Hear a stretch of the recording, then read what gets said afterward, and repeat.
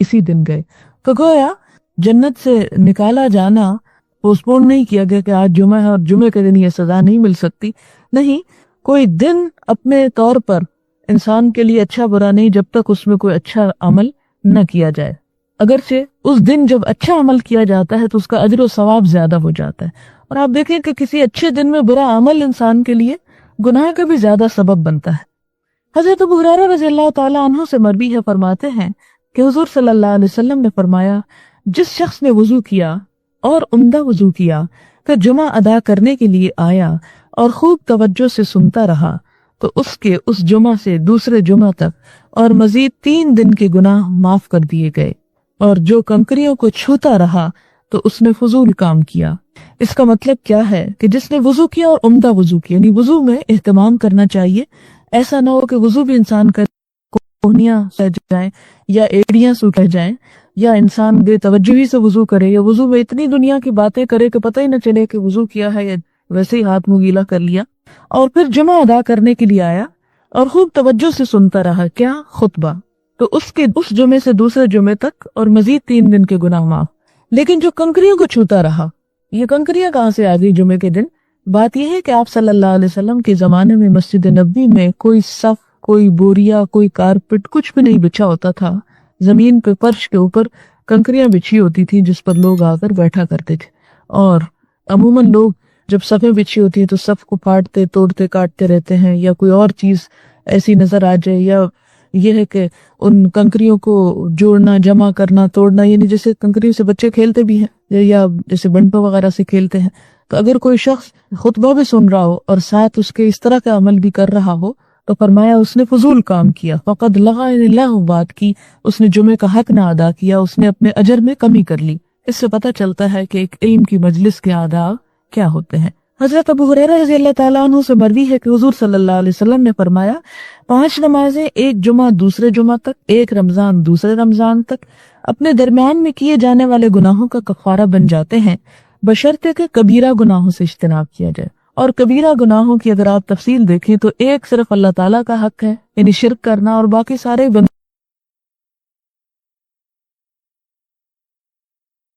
سے متعلق، یا جادو ہو یا کسی کے اوپر الزام تراشی ہو، محسنات الغافلات کے اوپر، تو یہ تمام کس میں آتا ہے؟ کبیرہ گناہوں میں آتا ہے. اور یہ تمام کے تمام بندوں کے حقوق کو مارنا ہے. اور بندوں کے حقوق کے بارے میں آپ کو پتا ہے کہ اس وقت تک نہیں چھوڑے جائیں گے، معاف ہوں گے جب تک بندے معاف نہ کر دیں. لہٰذا یہ ایک عبادت سے دوسری عبادت کے درمیان انسان سے اگر کوئی کمی کوتاہی ہو گئی ہے، یعنی کوئی غفلت ہو گئی، نماز میں کوئی کمی بیشی ہو گئی ہے، یا جیسے روزہ وغیرہ ہے یا اور اس طرح کی عبادات ہیں، تو ان کی معافی تو ہو سکتی ہے. لیکن اگر انسان دوسرے انسانوں کے ساتھ زیادتی کر رہا ہے تو اس کی معافی نہیں ہوگی. اسی لیے ساتھ دی گئی کہ کبیرہ گناہ. حضرت ابو ہریرہ اور ابن عمر رضی اللہ تعالیٰ عنہ سے مروی ہے کہ ان دونوں نے حضور صلی اللہ علیہ وسلم کو ممبر کی لکڑیوں پر بیٹھ کر یہ فرماتے سنا، لوگ جمعہ کی نماز ترک کرنے سے باز آ جائیں، ورنہ اللہ تعالیٰ ان کے دلوں پہ مہر لگا دیں گے اور وہ غافلوں میں سے ہو جائیں گے. یعنی ان کا نام غافلوں میں لکھا جائے گا اور قیامت کے دن پھر غافلوں کی صف میں اٹھائے جائیں گے. اور ان کے ساتھ پھر کیا معاملہ ہونا چاہیے وہ انسان خود فیصلہ کر سکتا ہے. حضرت ابن عمر رضی اللہ تعالیٰ عنہما سے مروی ہے کہ حضور صلی اللہ علیہ وسلم نے فرمایا، جب تم میں سے کوئی شخص نماز جمعہ ادا کرنے آئے تو غسل کرے، نہا دھو کے صاف ستھرا ہو کر آئے. حضرت ابو سعید خدری رضی اللہ تعالیٰ عنہ سے مروی ہے کہ حضور صلی اللہ علیہ وسلم نے فرمایا، جمعہ کا غسل ہر بالغ آدمی کے لیے ضروری ہے، یعنی اس کو بہت تاکیداً اس کے کرنے کا حکم دیا گیا. اگرچہ فرض کے درجے پر نہیں، اسے واجب کا درجہ دیا جاتا ہے، کیونکہ یہاں پر آپ عربی عبارت میں دیکھیں، غسل الجمعۃ واجب علی کل محتلم، اور محتلم تو بالغ کو کہتے ہیں، اور واجب سے مراد یعنی اختیاری طور پر جو چیز واجب کر لے. جیسے کوئی شخص اپنے کسی دوست سے کہتا ہے کہ تمہارا حق تو مجھ پر واجب ہے، لازم ہے، یعنی یہ کرنا ہی چاہیے. اور ایک ہوتا ہے جیسے قرض ہے، تو قرض اور اس میں تو فرق ہے، یعنی فرض اور واجب میں فرق ہے، اور یہاں واجب یعنی بطریق لزوم یعنی لازم ہونے کو کہا گیا. حضرت سمرہ رضی اللہ تعالیٰ عنہ سے مروی ہے، فرماتے ہیں کہ حضور صلی اللہ علیہ وسلم نے فرمایا، جس شخص نے جمعہ کے روز وضو کیا تو وہ کافی ہے اور اچھا ہے، اور جو شخص غسل کرے تو غسل زیادہ بہتر ہے. یعنی اس سے کیا پتہ چلتا ہے کہ یہ فرض کی حیثیت نہیں رکھتا. اگر کوئی شخص غسل نہ کر سکے تو صرف وضو کر لینا بھی کافی ہو جائے گا. حضرت سلمان رضی اللہ تعالیٰ عنہ سے مروی ہے، فرماتے ہیں کہ حضور صلی اللہ علیہ وسلم نے فرمایا، جو شخص جمعہ کے دن غسل کرتا ہے، حسب استطاعت طہارت حاصل کرتا ہے، یعنی پاک صاف لباس پہنتا ہے، تیل لگاتا ہے اور اپنے گھر کی خوشبو لگاتا ہے اور پھر نکلتا ہے اور دو آدمیوں کے درمیان علیحدگی نہیں کرتا، یعنی جب جمعہ کی نماز کے لیے آ کے بیٹھتا ہے تو دو لوگوں کے بیچ میں گھس کے نہیں بیٹھتا۔ اور افسوس کے ساتھ یہ کہنا پڑتا ہے کہ جیسے حرم میں بعضوں کا جگہ کم ہو جاتی ہے تو لوگ بہت ہی دھکم پیل شروع کر دیتے ہیں، یا بعض بیٹھے ہوئے آنے والوں کو جگہ نہیں دیتے، تو دونوں ہی باتیں غلط ہیں۔ تو دو بیٹھنے والوں کے درمیان گھس کے نہیں بیٹھتا، پھر اس پر جو نماز فرض ہے وہ ادا کرتا ہے، پھر جب امام خطبہ پڑھتا ہے تو خاموش رہتا ہے، تو اس جمعہ سے دوسرے جمعہ تک کے گناہ معاف کر دیے جاتے ہیں۔ حضرت ابو ہریرہ رضی اللہ تعالیٰ عنہ سے مروی ہے کہ حضور صلی اللہ علیہ وسلم نے فرمایا، جس شخص نے جمعہ کے دن غسل جنابت کی طرح غسل کیا، یعنی بہت احتیاط کے ساتھ اور بہت اچھی طرح غسل کیا اور پھر چل پڑا، تو گویا اس نے اونٹ کی قربانی دی، یعنی اتنا ثواب کمایا۔ اور جو دوسری ساتھ میں روانہ ہوا، اس نے گویا گائے کی قربانی سے قرب خداوندی حاصل کیا، اور جو تیسری ساتھ میں چلا، یعنی تیسرے درجے پہ پہنچا، تو گویا اس نے سینگوں والے مینڈھے کی قربانی دی، اور جو چوتھی ساتھ میں چلا تو گویا اس نے مرغی کی قربانی دی، اور جو پانچویں ساتھ میں چلا تو گویا اس نے ایک انڈا قربان کیا۔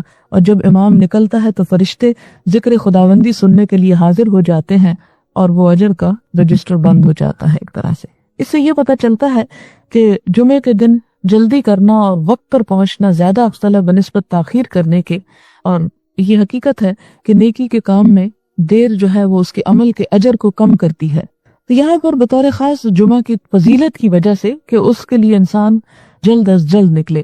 آپ دیکھیں کہ ہم میں سے کوئی شخص یہ استطاعت نہیں رکھتا کہ ہر ہفتے ایک اونٹ قربان کرے، یا ہر ہفتے ایک گائے قربان کرے، یا ایک بکرا قربان کرے، کیونکہ ایک کافی قربانی کا کام ہے، محنت مشقت کا کام ہے۔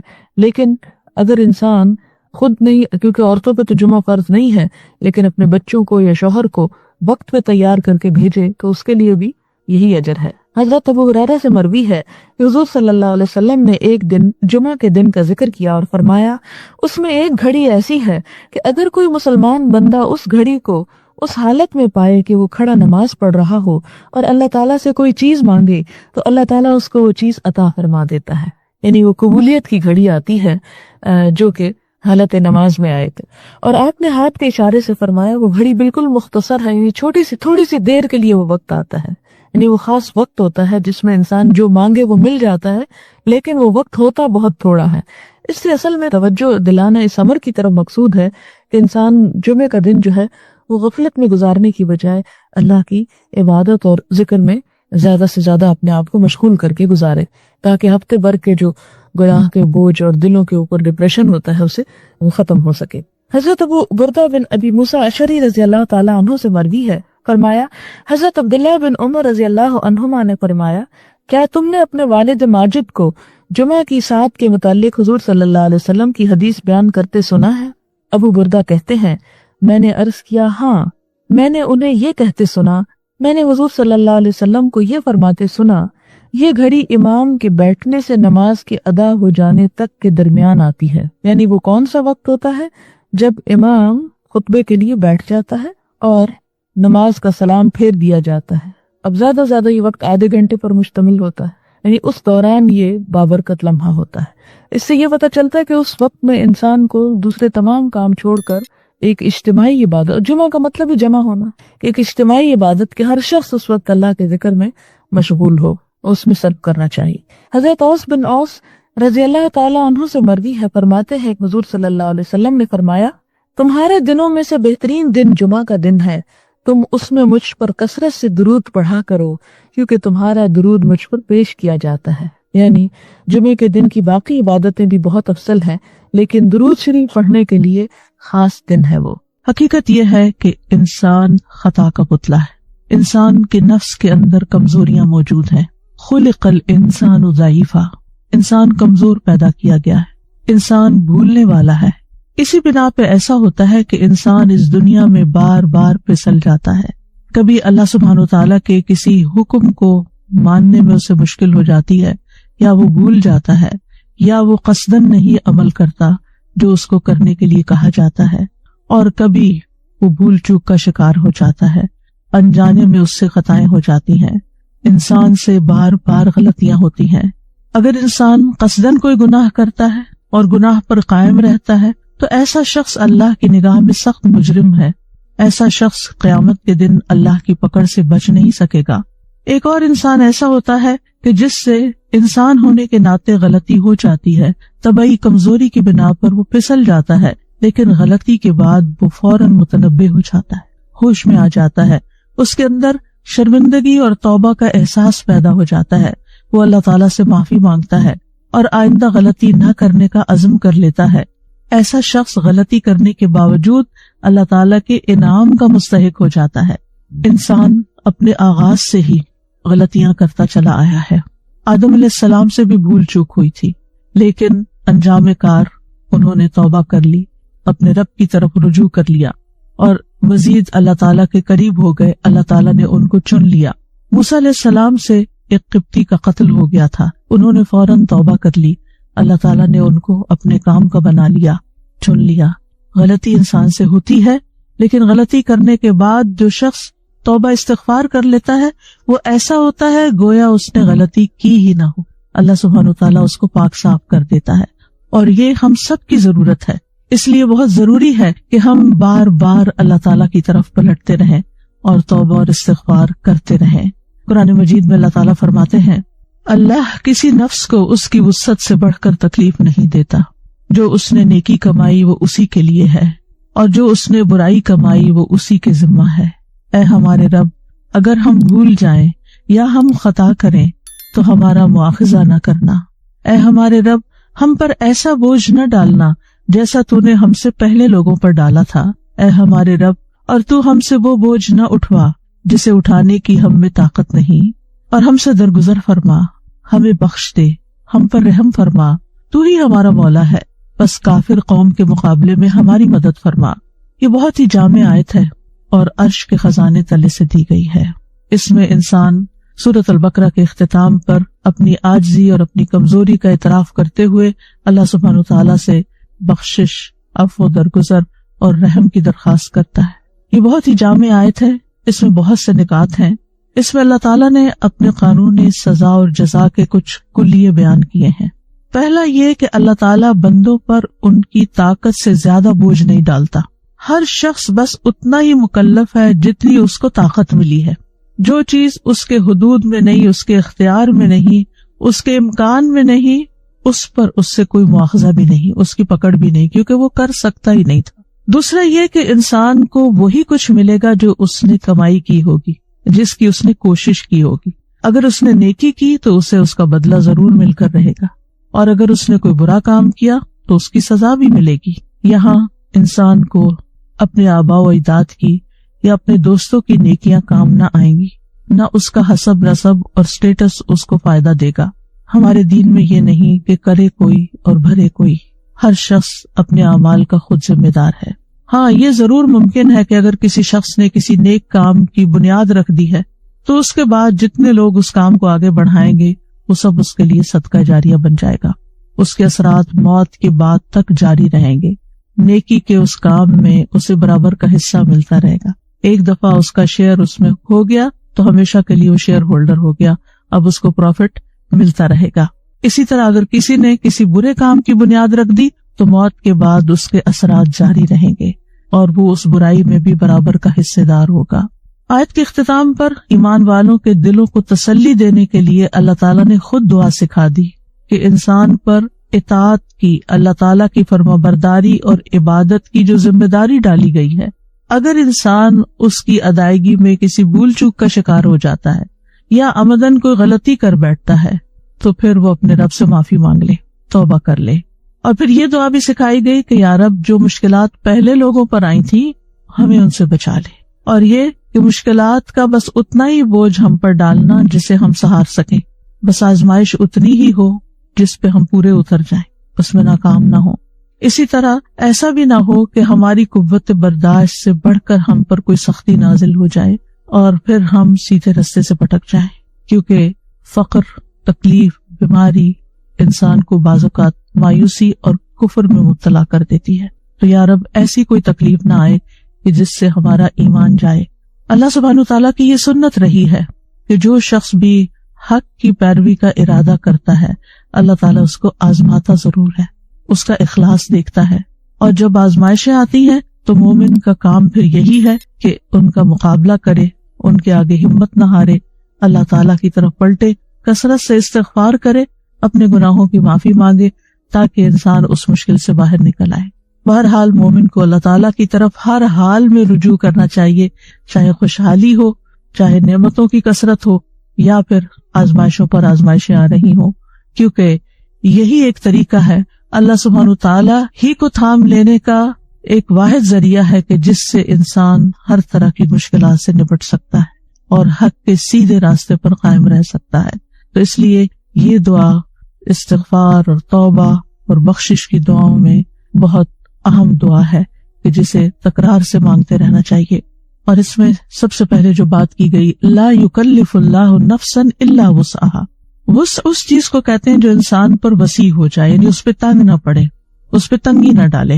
مطلب یہ ہے کہ اللہ تعالیٰ کسی نفس کو صرف اس چیز کا ذمہ دار ٹھہرا دیتا ہے جس کی اس کے پاس وسعت ہوتی ہے، یعنی طاقت ہوتی ہے، اور جس کو وہ نبھا سکتا ہے۔ اور سوال یہ پیدا ہوتا ہے کہ کیا یہ شرعی معاملات کی بات ہو رہی ہے یا قدری معاملات کی، تقدیر کی بات ہو رہی؟ یہاں شرعی معاملات کی بات ہو رہی، کیونکہ بعض اوقات تقدیر کے کچھ ایسے فیصلے انسان پر آ جاتے ہیں کہ جو اس کی واقعی برداشت سے باہر ہو جاتے ہیں، جن کو انسان فیس نہیں کر سکتا، بعض اوقات ختم ہو جاتا ہے، بعض اوقات ہوش و حواس کھو بیٹھتا ہے۔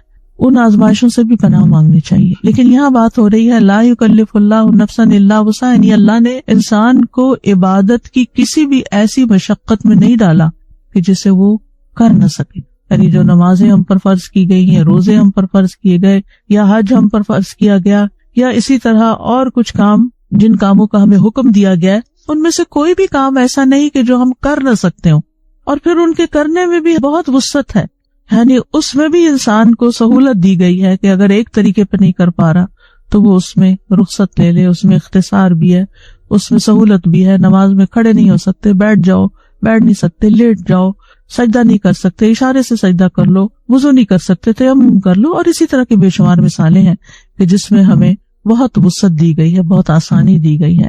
تو یہ اللہ سبحانہ و تعالیٰ کا ایک رحمت کا پہلو ہے کہ اللہ تعالیٰ ہمارے ساتھ آسانی چاہتا ہے، تنگی نہیں چاہتا۔ یرید اللہ بکم اليسر ولا یرید بکم العسر، اللہ تمہارے ساتھ آسانی کا ارادہ کرتا ہے، تنگی کا ارادہ نہیں رکھتا۔ انسان کے لیے یہ بھی ممکن تھا کہ وہ 5 سے زیادہ نمازیں پڑھے، اور بعض لوگ 5 سے زیادہ پڑھتے ہیں، اشراق پڑھتے ہیں، تہجد پڑھتے ہیں، اس کے علاوہ بھی نوافل ادا کرتے ہیں۔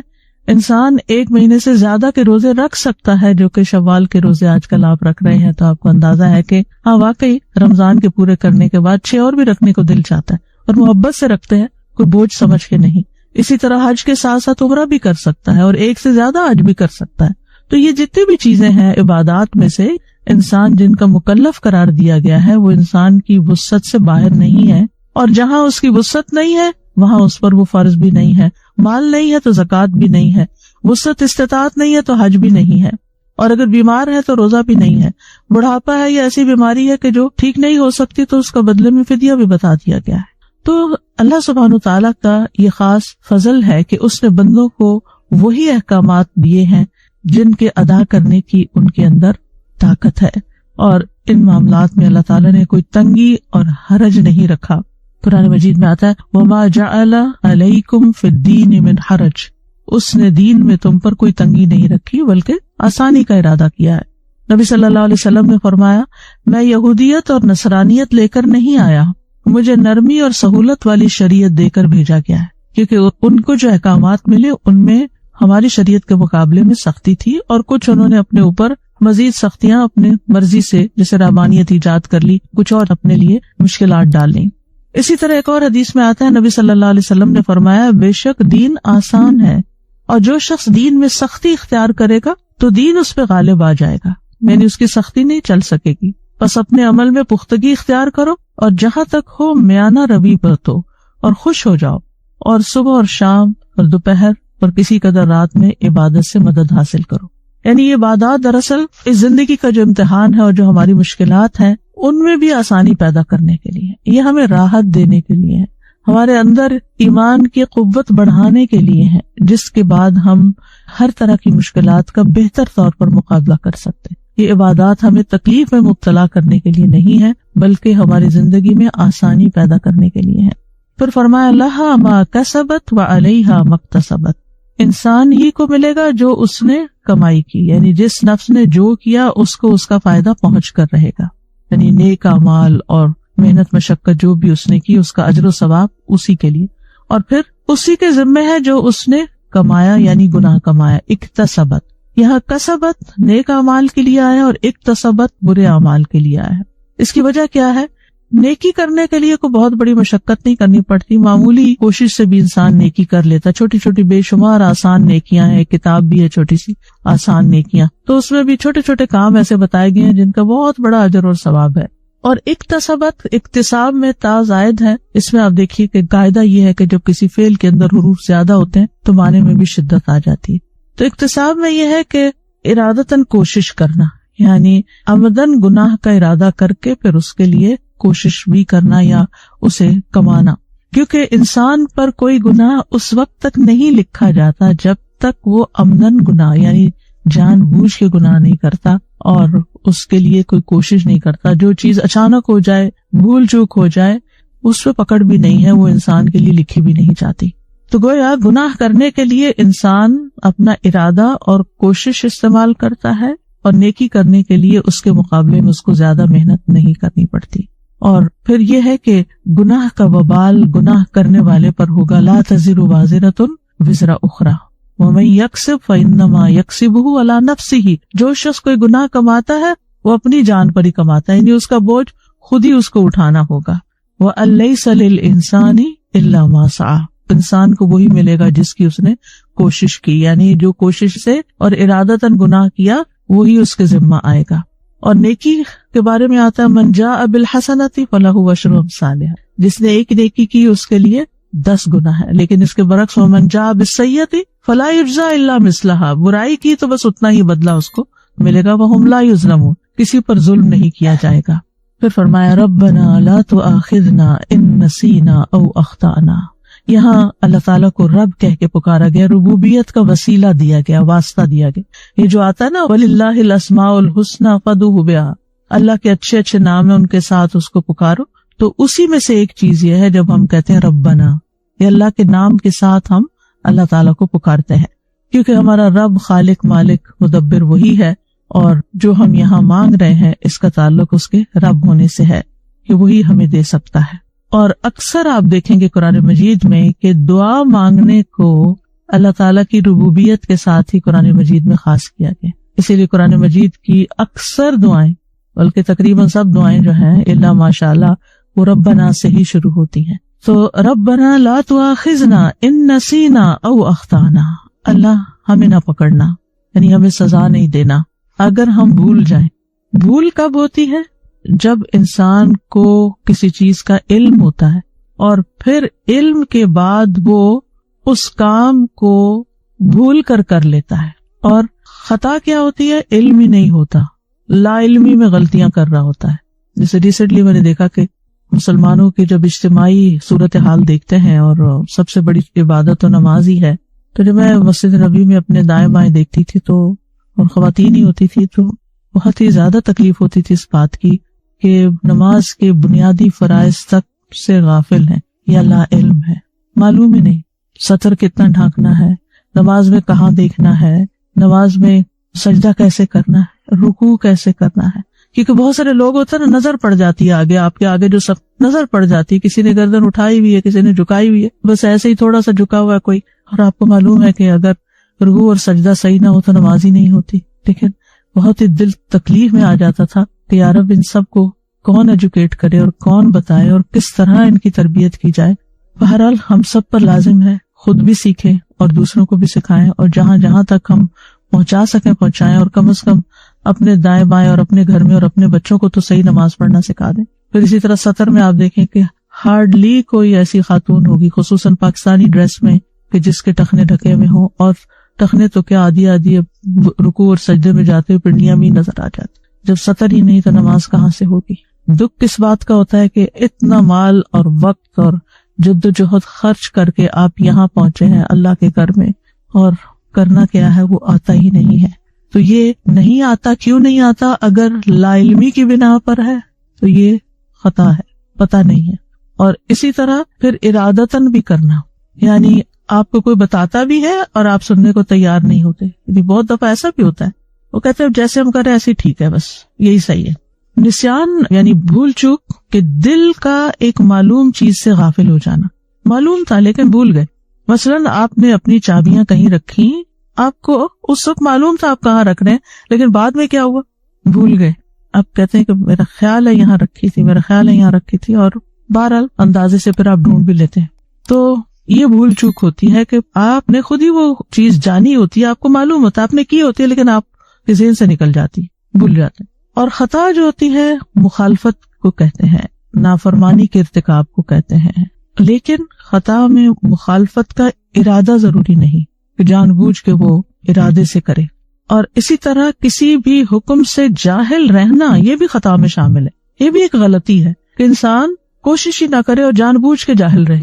اور بہت سے لوگ تو جہالت اختیار کرتے ہیں، پریفر کرتے ہیں. کیوں؟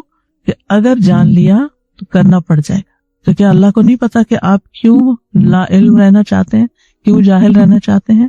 بہرحال خطا اور نسیان میں تھوڑا سا فرق ہے. نسیان بھول چوک ہے اور خطا مخالفت ہے، غلطی ہے.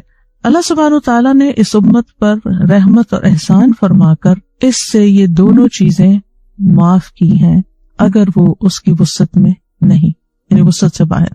مثلاً بھول گئے، اب ہمارے کنٹرول میں نہیں ہے وہ چیز کیا ہوئی. ہاں اگر بھول چوک کیئرلیسنس کا نتیجہ ہے تو پھر پکڑ ہو سکتی ہے. یعنی کچھ لوگ ہوتے ہیں نا کہ وہ بھول جاتے ہیں لیکن کیئرلیس نہیں ہوتے، انسانی کمزوری کے تحت بھولتے ہیں. اور کچھ لوگ اس کو یاد رکھنے کی کوشش ہی نہیں کرتے، نہ کہیں لکھتے ہیں، نہ کہیں اپنے کو ایسے سائنس بناتے ہیں کہ جس سے انہیں چیزیں یاد آ جائیں، نہ کسی کو کہتے ہیں کہ ان کو ریمائنڈر دے دیں، اگر میں بھول جاؤں تو تم مجھے یاد کرا. پرواہ نہیں، وہ بھول گئے. یعنی بڑے سے بڑا وعدہ کر لیا، کام کر لیا، پھر کہا او ہم بھول گئے. وہ کیوں بھول گئے؟ یعنی اگر کوئی جینوئن ریزن ہو بھولنے کی پھر تو ٹھیک ہے، لیکن اگر سستی ہے محض تو پھر پکڑ بھی ہو سکتی ہے اور اسے توبہ بھی کرنی چاہیے. اب مثال کے طور پر اگر ایک شخص ناپاک کپڑے پہن کر نماز پڑھ لے، یا اپنے جسم سے کسی نجاست کو دور کرنا بھول گیا، یا نماز کے دوران منہ سے اچانک کوئی لفظ نکل گیا. مثلا آپ کو چھینک آئی تو الحمدللہ کہنے کے بجائے آپ نے کہا او. کبھی کبھی منہ سے ایسا کوئی لفظ اچانک نکل تو آپ کہتے یہ کیا کہہ دیا میں نے. یا الحمدللہ بھی نہیں کہنا چاہیے نماز میں تو، لیکن نکل گیا، عادتاً نکل گیا منہ سے، تو یہ بھول چوک ہے. یا روزہ رکھ کے آپ نے فریج کھولا اور آپ کو پیاس لگی تب بھول کے آپ نے کچھ نکال کے پی لیا.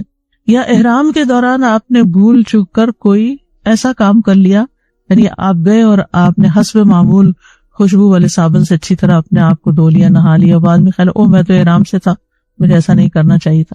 تو بہرحال یہ سب چیزیں جو ہیں یہ بھول چوک سے تعلق رکھتی ہے. اور ہم میں سے ہر کوئی کسی نہ کسی موقع پر روزے میں، نماز میں، ان چیزوں میں، طہارت کے معاملات میں بھول چوک کا شکار ہو جاتے ہیں. بعض اوقات وضو کیا ہوتا ہے لیکن پھر وضو نہیں رہتا، لیکن ہمیں یہی ہوتا ہے نہیں ہم نے تو کیا ہوا ہے وضو، اور جو وضو کا ٹوٹنا ہے وہ بھول چکا ہوتا ہے، اور اسی وضو میں نماز پڑھ لیتے ہیں جبکہ وضو نہیں ہوتا. تو یہ سب کچھ بھول چکا ہے. ایسی غلطی جو ہے معاف ہے. ربنا لا تؤاخذنا ان نسینا، اللہ ہمارا مواخذہ نہ کرنا اگر ہم بھول جائیں. تو حدیث میں آتا ہے قد فعلت، میں نے کر دیا، معاف کر دیا. پھر اسی طرح بعض اوقات ہم نے یہ مثالیں اس لیے دے رہی ہوں کہ چونکہ یہ چھوٹے چھوٹے گناہ ہیں، غلطیاں ہیں، بھول چکے ہیں، تو اس وقت ہم بڑے پریشان ہوتے ہیں اور پھر تکلیف میں پڑ جاتے ہیں، یہ کیا ہو گیا، یہ کیوں ہو گیا. اللہ تعالیٰ معاف کرنے والا ہے، ٹیک اٹ ایزی. آپ نے جان کے نہیں کیا. مثلا کسی کام کے نہ کرنے کی قسم کھا رکھی تھی آپ نے، اور پھر اچانک سے آپ نے وہ کر لیا، آپ بھول گئے کہ اوہ میں نے تو قسم کھائی ہوئی تھی کہ میں نے نہیں کرنا. اسی طرح غلطی سے آپ نے کسی کا کوئی نقصان کر دیا، آپ سے کسی کا برتن ٹوٹ گیا، حالانکہ آپ کا کوئی ارادہ نہیں تھا توڑنے کا، ٹوٹ گیا. اب اس سے آپ کو گناہ نہیں ہوگا، اگرچہ غلطی ہے. ہاں اگر آپ بہت ہی کیئر لیس تھے اور آپ کہتے کیا فرق پڑتا ہے ٹوٹ جائے، وہ پھر اور چیز ہے، وہ معاملہ الگ ہے. لیکن جنرلی انسان جب بھول جاتا ہے تو اس پر اس کی پکڑ نہیں ہے. اسی طرح آپ دیکھیے کہ مثلا وضو کرنے سے پہلے آپ بسم اللہ بھول گئے، واش روم جانے سے پہلے آپ دعا پڑھنا بھول گئے، تو یہ چیزیں ہوتی رہتی ہیں نا، ہم سب کے ساتھ ہوتی رہتی. کچھ فرائض ہوتے ہیں، واجبات ہوتے ہیں، کچھ سنتیں ہوتی ہیں، کچھ مستحبات ہوتے ہیں. تو بعض اوقات ہم چلے مستحبات اور سنتیں بھول بھی جائیں تو فرائض تو نہیں بھولنے نا. بعض اوقات نماز تک لوگ پڑھنا بھول جاتے. زندگی میں کبھی نہ کبھی آپ کے ساتھ بھی ایسا ہو چکا ہوگا کہ آپ کہتے اوہ، کبھی آپ اذکار کرنا بھول جاتے ہیں. تو یہ بھول ہمارے ساتھ لگی ہوئی ہے. انسانوں کا جو مادہ ہے اس کے اندر ہی نسیان موجود ہے. آدم علیہ السلام سے بھی بھول ہوئی تھی، بھول گئے تھے، حالانکہ رب نے ان کو بلا واسطہ ڈائریکٹ حکم دیا تھا. ہمیں تو پیغمبروں کے واسطے سے ملا ہے نا، یہ کرنا یہ نہیں کرنا. لیکن آدم علیہ السلام کو تو اللہ تعالیٰ نے خود فرمایا تھا وَلَا تَقْرَبَا هَٰذِهِ الشَّجَرَةَ فَتَكُونَا مِنَ الظَّالِمِينَ. لیکن پھر کیا ہوا؟ براہ راست لیا ہوا حکم بھی بھول گئے کہ اللہ تعالیٰ نے تو منع کیا تھا، شیطان کی باتوں میں آ گئے. تو ایسا ہوتا ہے. تو بہرحال نبی صلی اللہ علیہ وسلم نے بھی اس کی مزید وضاحت فرمائی ایک حدیث میں، بے شک اللہ نے میری امت سے غلطی، بھول اور جس چیز پر لوگوں کو مجبور کر دیا جائے اس سے درگزر کیا ہے.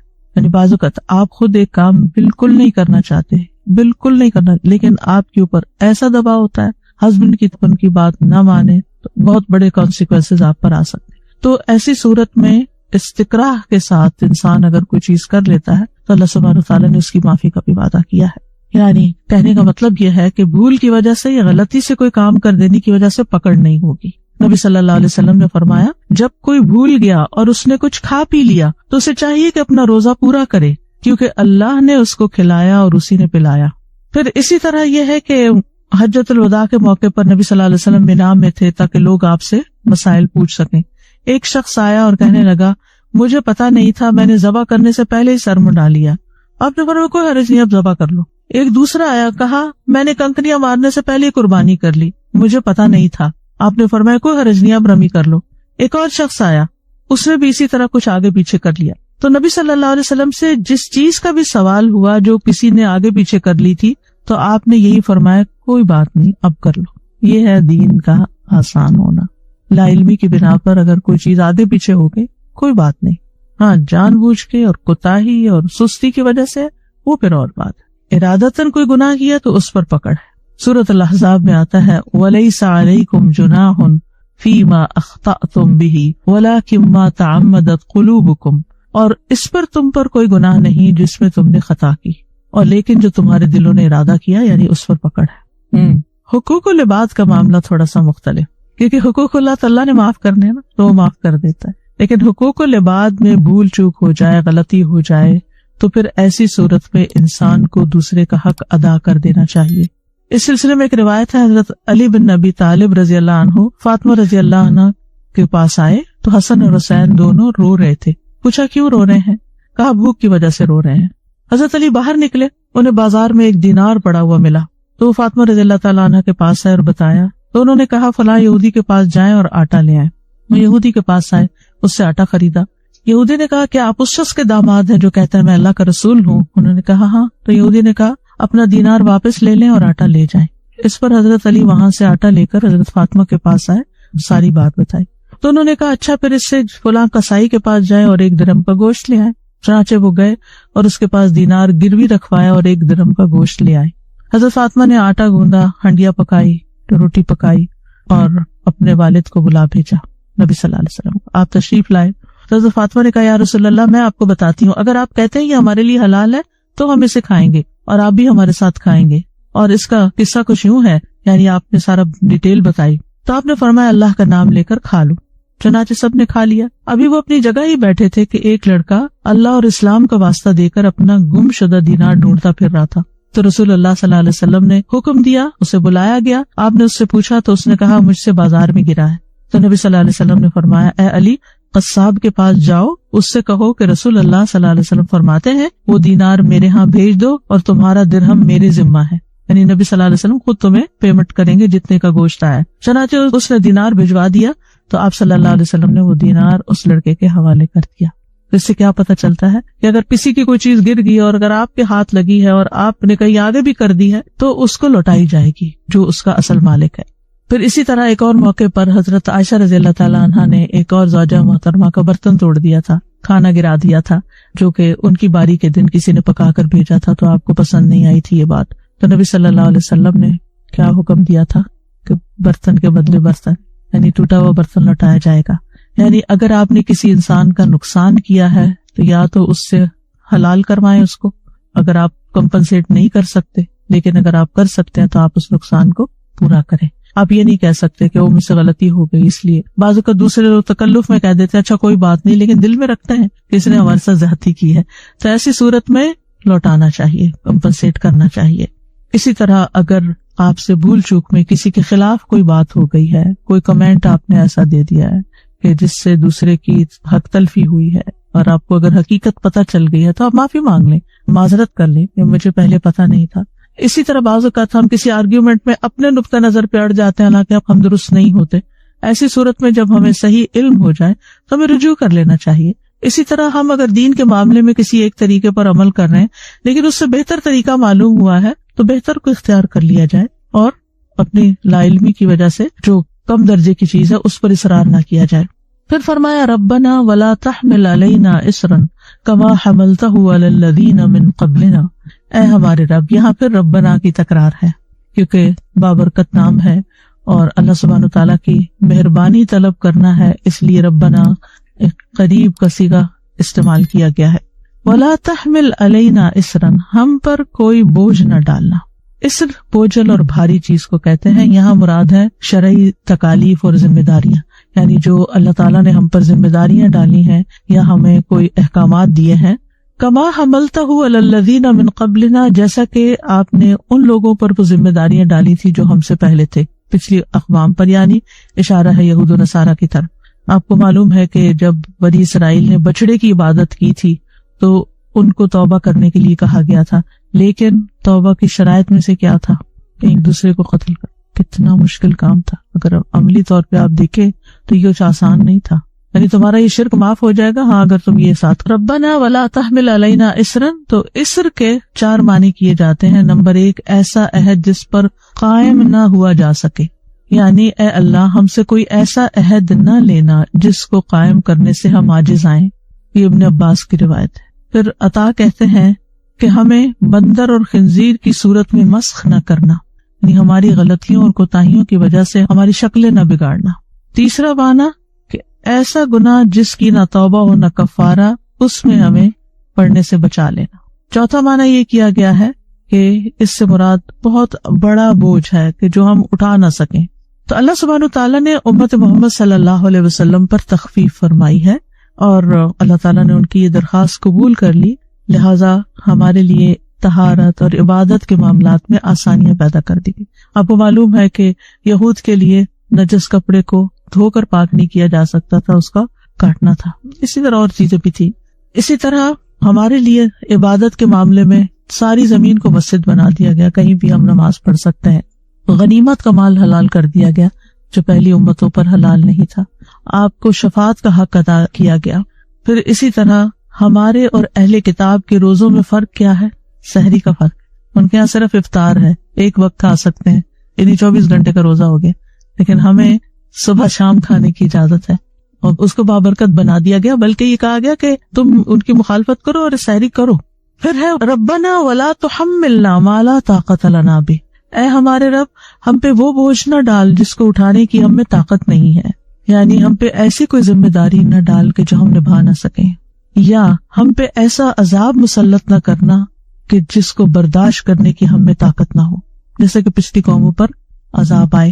اور پھر یہاں شرعی اور کونی قدری تقدیر کے معاملات، ان دونوں میں آسانی کی دعا ہے کہ اللہ ہمیں ایسی آزمائش سے نہ گزارنا جس کو ہم برداشت نہ کر سکتے. مثلاً یہ کہ ہم چلنے پھرنے سے معذور نہ ہو جائیں، ہم اپنے کام کرنے سے معذور نہ ہو جائیں، ہم کسی ایسی بیماری میں مبتلا نہ ہو جائیں کہ جس میں ہم دوسروں پر بوجھ بن جائیں. یعنی ہمیں ایسی تمام تکلیفوں سے بچا کے رکھنا. کتنی خوبصورت دعا ہے. یعنی طاقت سے بڑھ کر ہم پر مشقت نہ ڈالنا. مالی معاملات میں ایسا قرض نہ ہمارے ذمہ آ جائے کہ جس کو ہم ادا کیے بغیر مرے. اور بھی زندگی کے بہت سے، ہر ایک کے اپنے اپنے سٹرگلز ہیں کہ یا رب ایسی چیز میں نہ مبتلا ہو کہ جو ہمارے بس سے باہر ہو. واعف عنا واغفر لنا وارحمنا، 3 چیزیں مانگی گئی. واعف عنا، ہم سے اس معاملے میں درگزر کرنا جو ہم کر نہیں سکے، یعنی آپ نے ہمیں حکم دیا ہم کر نہ پائے، جو فرائض تھے یا واجبات اس میں کوئی کمی رہ گئی. کی جانے والی دعا اللہم انک عفو تحب العفو فاعف عنا کیوں ہے کہ اللہ اگرچہ ہم نے روزے رکھ لیے، ہم نے نمازیں پڑھ لی، ہم نے قیام کر لیا، ہم نے صدقات کر لیے، لیکن آپ میں سے ہر ایک نے محسوس کیا ہوگا کہ یار اب حق نہیں ادا ہوا، جو کرنا چاہتے تھے اتنا نہیں کر پائے. تو پھر کیا ہے؟ واعف عنا، اللہ ہم سے درگزر کر، بس جو کر سکتے تھے ٹوٹا پھوٹا کیا، لیکن باقی آپ ہمیں معاف کر دیں. تو واعف عنا ہمیں معاف کر دیں، یعنی استغفار اور توبہ اور ان میں بھی تھوڑا تھوڑا فرق ہے. تو یہاں عفو کی درخواست ہے کہ یا رب جو احکامات آپ نے دیے، جو فرائض ہم پر عائد کیے، جو واجبات ہم پر لازم تھے، ان میں جو ہم سے کوتاہی ہو گئی ہے، جن کو ہم صحیح طور پر ادا نہیں کر پائے، ان سے متعلق ہم سے حساب نہ کرنا، درگزر فرما دینا. واغفر لنا، اور جن گناہوں کا ہم نے ارتکاب کیا ہے ان کو ڈھانپ دینا، ان کو بخش دینا. یعنی جو آپ نے حکم دیا اور ہم نے کیا نہیں، ایک تو یہ کہ کیا اور حق ادا نہیں کیا، اور دوسرا یہ کیا ہی نہیں یا اس کے اپوزٹ کر دیا، تو اس معاملے میں تو ہمیں معاف کر دینا. اور ورحمنا، ہم پر رحمت کے ساتھ مہربانی فرما، تاکہ ہم پچھلے گناہوں سے نکل آئے اور آئندہ ہمیں نیکی پر استقامت نصیب ہو اور ہم گناہ میں گرفتار نہ ہو، کیونکہ انسان کو نیکی کی توفیق بھی اللہ کی رحمت سے ملتی ہے، اور انسان کو گناہوں سے بچنے کی توفیق بھی صرف اللہ کی رحمت سے حاصل ہوتی ہے. یہ اللہ کی رحمت ہوتی ہے. ورحمنا یعنی جو ہو چکا اس کے بارے میں بھی رحم کے طلبگار ہیں، اور آئندہ بھی استقامت کے لیے ہم تیری رحمت کے طلبگار ہیں. اور پھر یہ کہ اگر ہم کسی کام میں کوتاہی کریں، سستی کریں، بھول چوک کا شکار ہوں، ان سب چیزوں میں بس تو اپنی رحمت فرما دینا، ہمیں پکڑنا نہیں، ہمیں معافی کر دینا. تو گناہگار انسان 3 چیزوں کا محتاج ہوتا ہے. پہلا یہ کہ جو بندے اور اللہ کے درمیان کا معاملہ ہے، یعنی حقوق اللہ ہے، اللہ تعالیٰ ان کے معاملے میں درگزر فرمائے، واعف عنا. دوسرا یہ کہ جو اللہ اور بندے کے درمیان ہے یا بندوں کے ساتھ ہماری جو کمی بیشی ہو جاتی ہے، اس معاملے میں جو ہم سے کوتاہی ہوتی ہے، گناہ ہوتا ہے، زیادتی ہوتی ہے، اللہ اس کو پردے میں رکھے، ہمارے عیبوں کو دوسروں سے چھپا کے رکھے، دنیا میں بھی اور آخرت میں بھی، اور ہمیں معاف کر دے، گویا ہم نے کیے ہی نہ ہو. اور تیسرا یہ کہ اللہ تعالیٰ اپنی رحمت کے ساتھ ہمیں اپنی حفاظت میں رکھے اور اس جیسے گناہ مزید نہ کرے. پھر اسی طرح یہ ہے کہ کبھی گناہ دل میں ہوتے ہیں، کبھی زبان پہ ہوتے ہیں، کبھی اعضاء میں ہوتے ہیں. کبھی آپ بیٹھ کے غور کریں، سوچیں کہ مختلف اعضاء کے سر سے لے کے پاؤں تک کے کیا کیا گناہ ہیں. یعنی ہم دل کے وسوسے اور بدگمانیاں اور اس طرح کی چیزیں ان کو بھی ہم سمجھتے ہیں، زبان سے بھی جو غلطیاں ہوتی ہیں ان کو بھی سمجھتے ہیں، لیکن عام طور پر جو باقی اعضاء سے ہمارے گناہ ہوتے ہیں ان کی طرف ہم توجہ نہیں کرتے. مثال کے طور پہ سر سے شروع کر لیں. آپ سر ڈھانکنے ایک مسلمان عورت پر لازم، نماز میں ہو، باہر ہو. کتنی مسلمان عورتیں ہیں جو اس بات کو لازم ہی نہیں سمجھتی، ضروری نہیں سمجھتی. نگاہیں ہیں ہماری حرام چیزوں پہ نہیں پڑنی چاہیے، لوگوں کے عیبوں کے پیچھے نہیں پڑنا چاہیے، کہاں بچتے ہیں. پھر اسی طرح چہرے کی زیب و زینت کے ساتھ باہر نہیں نکلنا چاہیے، اچھے بھلے سمجھدار لوگ پھسل جاتے ہیں. پھر زبان ہے، زبان کے ساتھ ہم کیا کرتے ہیں، اللہ ہی میں اپنی حفاظت میں رکھے اور ہمارے عیب ڈھانکے، ورنہ ہم راہ چلتے بھی زبان سے کچھ نہ کچھ ایسی بات نکال دیتے ہیں جو کبھی دوسروں کو ہرٹ کرنے کا سبب ہوتی، کبھی اللہ تعالیٰ کو ناراض کرنے کا سبب ہو جاتا. پھر اس کے بعد آپ دیکھیے کہ جسم کے باقی حصے ہیں، لباس کا معاملہ ہے، ہاتھوں کے ساتھ جو کچھ کرتے ہیں ہم، پاؤں چل کے کہاں جاتے ہیں، کھانے پینے کے معاملے میں جو ہماری بے احتیاطیاں ہیں، حلال حرام کی پرواہ نہ کرنا، مشکوک چیزوں سے نہ بچنا، یعنی بے شمار چیزیں ایسی ہیں. پھر اپنے وجود سے، اپنے چہرے سے، اپنے رویے سے کسی کو تکلیف نہ دینا، کسی کو ہنسی نہ اڑانا، کسی کا مذاق نہ کرنا. یعنی اگر آپ غور کرنے لگے کہ کس کس چیز سے کیا کیا گناہ سرزد ہوتے ہیں تو بے شمار ہے، ان گنت ہے. تو اللہ تعالیٰ ہی ہے جو ہمیں ڈھانپنے والا ہے اور ہماری کوتاہیوں کو معاف کرنے والا ہے. تو اس لیے اگر ہم کوئی اپنے کاموں میں یعنی کہ اپنے فرائض میں کوتاہی کرتے ہیں تو اللہ معاف کر دے، اگر ہم کسی حرام کا ارتکاب کرتے ہیں تو اللہ تعالیٰ ہمیں بخش دے اور آئندہ ہمارے ساتھ مہربانی کا ارادہ کرے، تاکہ ہم جن گناہوں سے توبہ کر چکے ان سے توبہ کیے رکھیں، واپس نہ پلٹیں ان میں.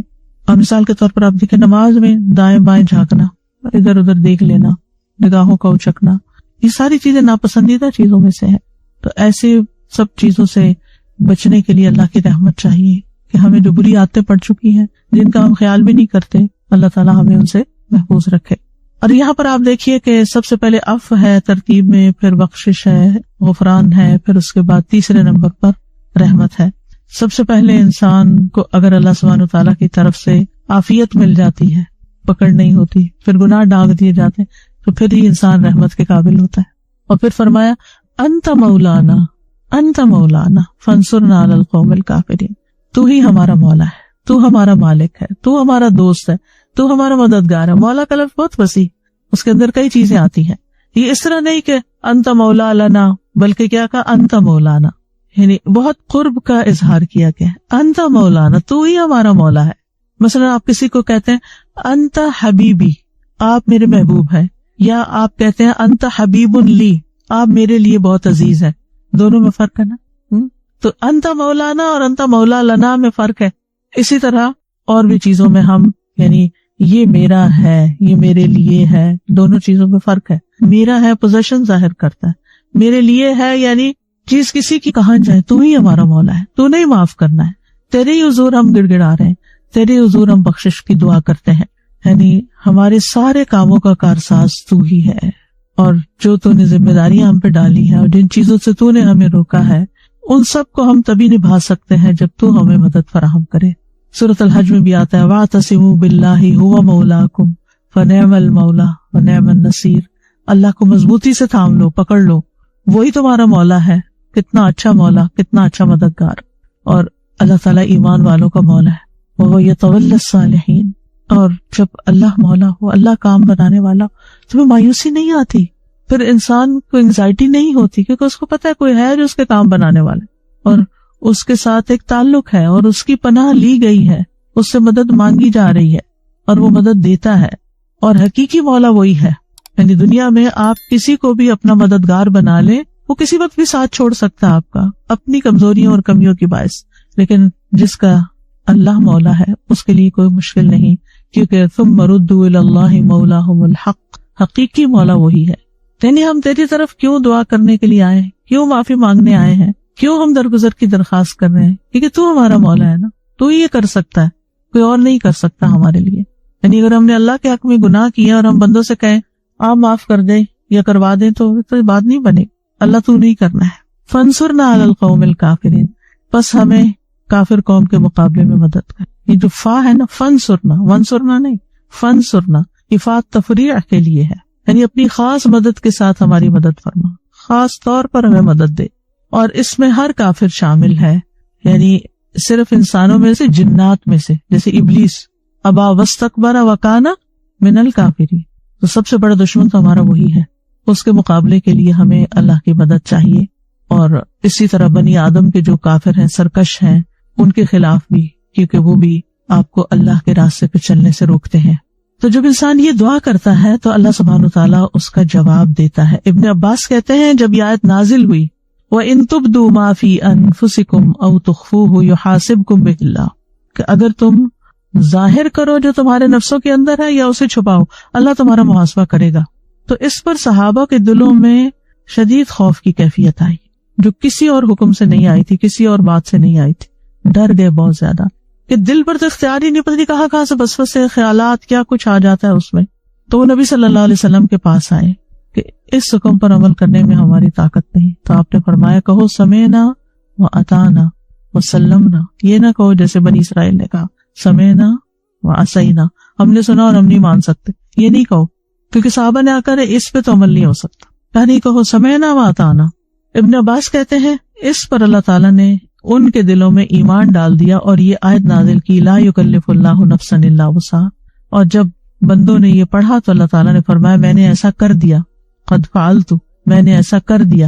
یعنی ربنا ولا تحمل علینا، میں نے ایسا کر دیا. واغفر لنا وارحمنا، میں نے ایسا کر دیا. یعنی ہر دعا پر اللہ تعالیٰ نے جواب دیا، کیونکہ وہ قریب و مجیب.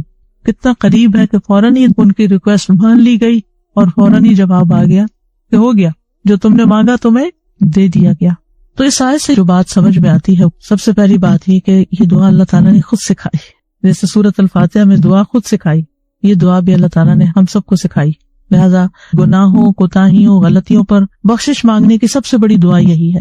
پھر اسی طرح یہ اللہ تعالیٰ کی رحمت ہے کہ اس نے ہمیں یہ انعام دیا کہ نعمت عطا فرمائی. اور پھر اس آیت سے یہ بھی پتہ چلتا ہے کہ بخشش اور اللہ کی رحمت مانگنے کی بڑی اہمیت ہے. پھر رب کے وسیلے سے دعا کرنا، اور پھر رب کی تکرار کرنا، اور پھر یہ کہ رب کو وسیلہ بنا کے جب ہم دعا کرتے ہیں تو دعا قبول بھی ہوتی ہے، کیونکہ ان آیات کے بارے میں آتا ہے کہ جو ان آیات کو پڑھ کر دعا کرتا ہے اس کی دعا بھی قبول ہوتی ہے، کیونکہ پہلے استغفار کر لیتا ہے، رحمت طلب کر لیتا ہے، پھر اس کے بعد جو اور مانگتا ہے وہ بھی قبول ہو جاتا ہے۔ تو اس دعا سے یہ بات پتہ چلتی ہے کہ بندہ اللہ کی رحمت کا محتاج ہے، بخشش کا محتاج ہے، عفو درگزر کا محتاج ہے، کیونکہ ہر انسان خطا کار ہے، ہر انسان سے غلطی ہوتی ہے۔ نبی صلی اللہ علیہ وسلم نے فرمایا ہر انسان خطا کار ہے، اور بہترین خطا کار وہ ہیں جو توبہ کرتے ہیں، جو پلٹ آتے ہیں، لوٹ آتے ہیں۔